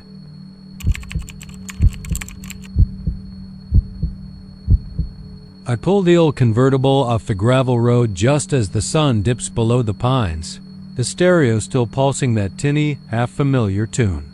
The scent of damp earth and cedar drifts through the open windows, carries the gravel crunch of my tires as I coast to a stop. The convertible's top is down, the late July air heavy on my skin. A black cable dangles from the dash, ending in a frayed connector, no digital player attached. Yet the music plays, a scratchy AM station drifting over rusted speakers. I kill the engine, but the song lingers. The bass thrums like a heartbeat. There's no one behind the wheel. I step out, boots sinking into the soft shoulder. The car sits a foot from the water's edge of Sam Rayburn, its nose pointed toward the dark glass of the lake. The radio shifts frequencies, the song stalling, rewinding and picking back up, skipping beats like a wounded thing. I circle the car, heart quickening. The driver's door is open. The hinge squeaks when I touch it. No keys in the ignition, no wallet or jacket in the pocket. The passenger seat is empty, the leather cracked and warm from the day's sun. On the back seat, a straw hat lies flattened, its band twisted. I pick it up, no name written inside. No sign of struggle. A faint ripple stirs the water, mocking. The world is quiet but for the stereo's relentless chant and the whistle of cicadas in the treetops. I flick on my flashlight and sweep its beam across a trail of footprints pressed into the sand, leading from the driver's side into the shallows. They fade 3 strides in, then vanish entirely. The lake is calm. No churn of current, no eddies marking a body. I lean closer. The beam catches something white, half buried in the pebbles. A crumpled handkerchief, its edges stained faintly pink. I shake it free, no blood, only old rust spots that could be anything. I tuck it in my pocket. The stereo switches to static, the hiss louder than the song. I reach for the door, but the latch locks with a click. The radio flickers back to the tune, but now it's playing backwards garbled syllables that twist at the edge of comprehension. A woman's voice, or something like it, singing through a warped machine. I press my ear to the window. Beneath the noise, a whisper. Come back. It trails off into the rush of water. My pulse thunders and I stagger back. I shine my light along the shore, hunting for a reflection, a shape. Nothing but dark water and the curled lengths of reedy grass. The flashlight dances across the windscreen, and for a heartbeat I see a silhouette on the passenger floor, crouched, watching me. I jerk my head. It's gone. My breath hangs in the humid air, visible in my own trembling lantern glow. I back. Away until the stereo's beat dims into the distance, and I'm enveloped by night. My phone's dead, no signal out here. I tap the trunk. It pops open with a moan of metal. The light from inside casts a thin rectangle of brightness onto the sand. I peer in, the spare tire and latch tools. Nothing else. Yet the music swells behind me as if fed by some hidden amplifier. I close the lid. The echo of the slam vibrates through the ground. I turn to leave, head for the shadows of the pines, but my foot catches on something in the sand. I kneel and brush it away. An imprint as clear as the footprints a hand. Fingertips. Splayed wide, pressed into the damp soil, shifting into the shape of scales as I stare, impossible. The stereo warbles again, louder, more insistent. I cover my ears and bolt for the road. Branches whip at my face. Roots snag my ankles, and I crash through underbrush until I burst onto the gravel, lungs burning. I look back. At the edge of the trees, amber light spills out as if the convertible's headlights have turned on themselves. I hadn't flicked a switch. The song thumps, beating eyes into the darkness. Panic shoots through me, and I stumble onto the pavement. I press my hands to my ears, but the music's inside my skull now. Words coil in my mind. Stay. Stay. My legs give out and I collapse. The stereo fades, replaced by water lapping against the hull of something half submerged in the lake. I roll onto my back, chest heaving, and squint at the sky.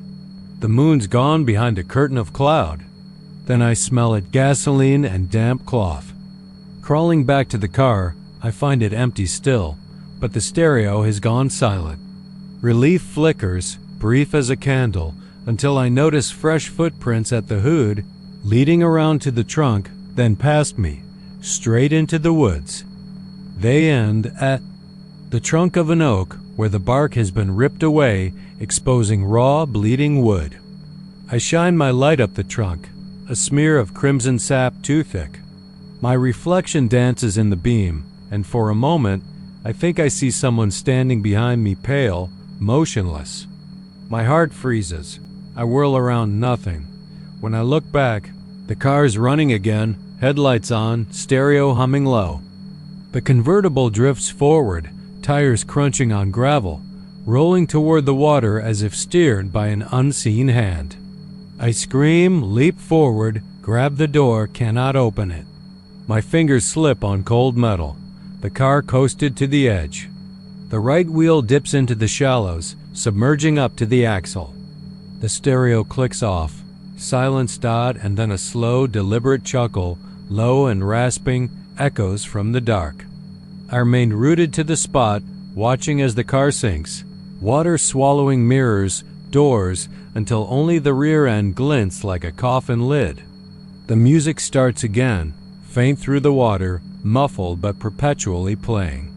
I hear my name whispered in the breeze, and I taste cold salt at the back of my throat. Then the convertible's gone dropped straight through the black mirror of the lake, like it was never there. I turn and run, but the keys in my pocket burn as if pulsing with the rhythm of that dying song. Behind me, the whisper follows. Drive, drive. My legs move before I'm ready.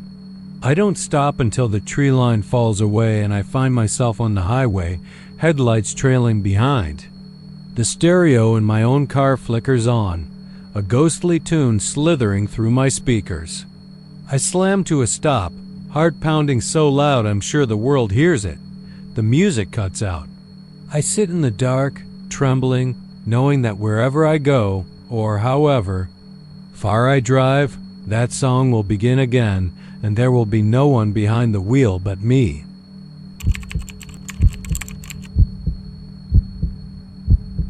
The desert night swallowed everything beyond the dull glow of the '57 Chevy's headlights, painting the cracked asphalt in harsh pools of yellow that trembled whenever the ancient car's engine hummed. I'd driven out of Alpine chasing a dare I'd laughed off at a bar. Go to Terlingua at midnight and see if you're still smart, they'd said. Now, as I sat parked 10 feet from a cluster of skeleton buildings half buried in windblown sand, I felt the heat of embarrassment flush my neck. Desert nights should be cold, but this one clung to my skin like sweat. I killed the engine, and the Chevy's lights stayed on, as though something inside refused to let the darkness settle. The air felt viscous, loaded with static that made the tiny hairs on my arms stand upright. The only sound was the soft click of my boots against the pavement as I stepped out, the solace echoing in the hush. I squinted into the glare, picking out the shapes of the ruins, an old general store with a warped porch, a chapel half collapsed, and the skeletal frame of what must have been a motel. No wind rattled the broken shutters. It was as if the very air had gone still, waiting. I walked to the driver's side of the Chevy, drawn by the unnatural insistence of those headlights, and peered inside. The bench seat looked undisturbed, the dashboard dust-free as if someone had swept it moments before. The radio dial hovered between stations, emitting a low whine of static that felt too alive to be electronic.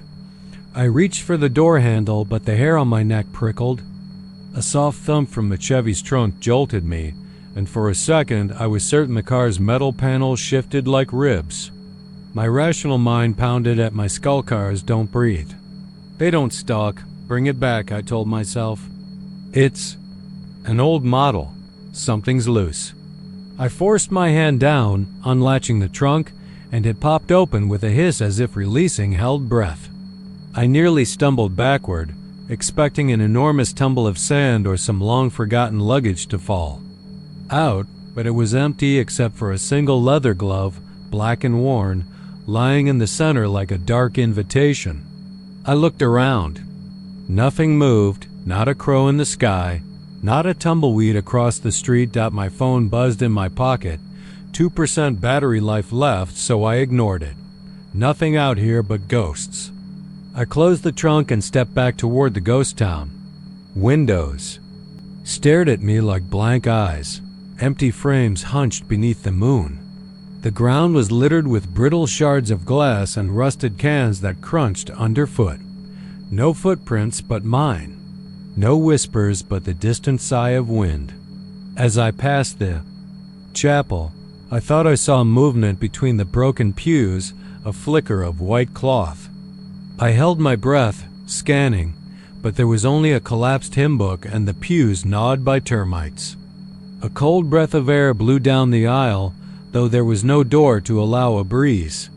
My skin prickled and I realized the Chevy's headlights, even though the engine was off, were now brighter than before, slicing through the darkness to spotlight the chapel's ruin.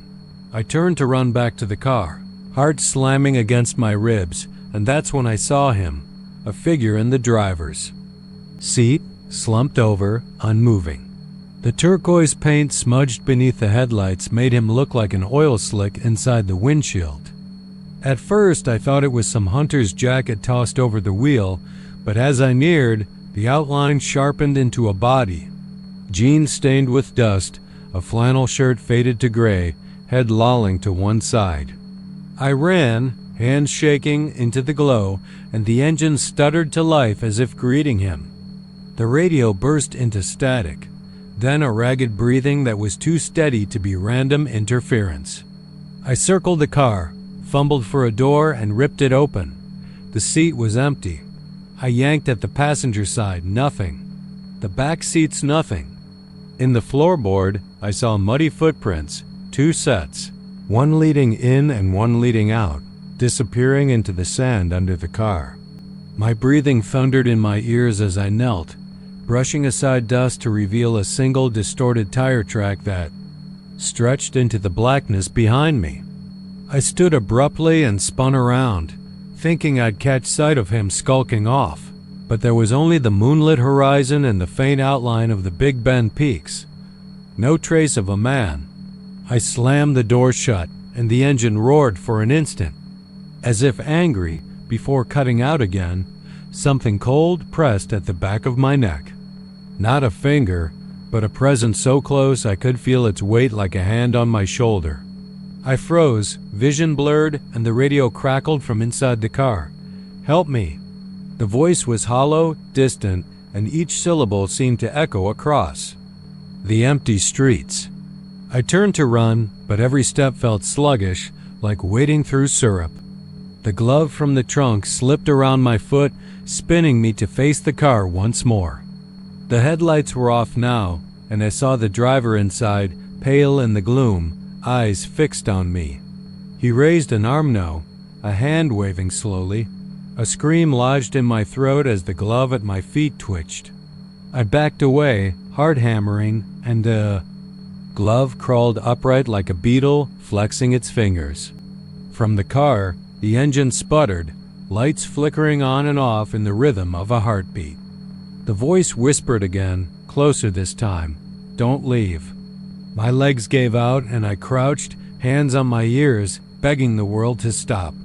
The glove jumped, landing at my throat with a dull slap, and I tasted dust and gasoline. I bolted. Upright and sprinted for the wrecked motel sign that read, "Last Chance." My foot kicked a rusted can, sending it clattering into the night. Behind me, the Chevy's engine ignited in a single thunderous rev. Headlights dazzling as they carved 2 tunnels of light through the sandstorm I suddenly felt rising. The glove. Now one of many dozens of leather gloves crawling across the pavement toward me, dwindled in size but multiplied in number until it felt like the road was alive with them, dragging themselves toward the car, toward me. I didn't look back. The drizzle of dust slapped my face, and I heard voices, indistinct but mounting. Please.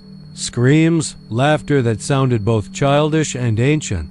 I ran until my lungs gave out, stepping onto softer ground where scrub brush scratched my ankles. Hours later, I collapsed on a ridge overlooking the rusted hulk of the Chevy, its headlights dead, engine cold under the indifferent stars. I stared at Terlingua and prayed for dawn, but the horizon remained ink. When the first gray sliver of morning edged up, I saw tracks hundreds leading away from that car in every direction. No footprints, just tire prints and gloves, as if the world itself had shed its skin. I never went back for the Chevy. Now, when I drive past Terlingua at midday, the road is empty and quiet. The town looks like it's been waiting for me, headlights flickering at dusk, an invitation to come home. Sometimes, late at night, I dream I hear that radio voice, faint but clear. "Don't leave." And I wake with trembling hands, certain of one thing: somewhere back in that ghost town, the '57 Chevy is still waiting. Engine running, doors unlocked, and the sand drifts around it like it never moved. The ghosts of gloves crawling beneath its tires, and the driver still nowhere to be found.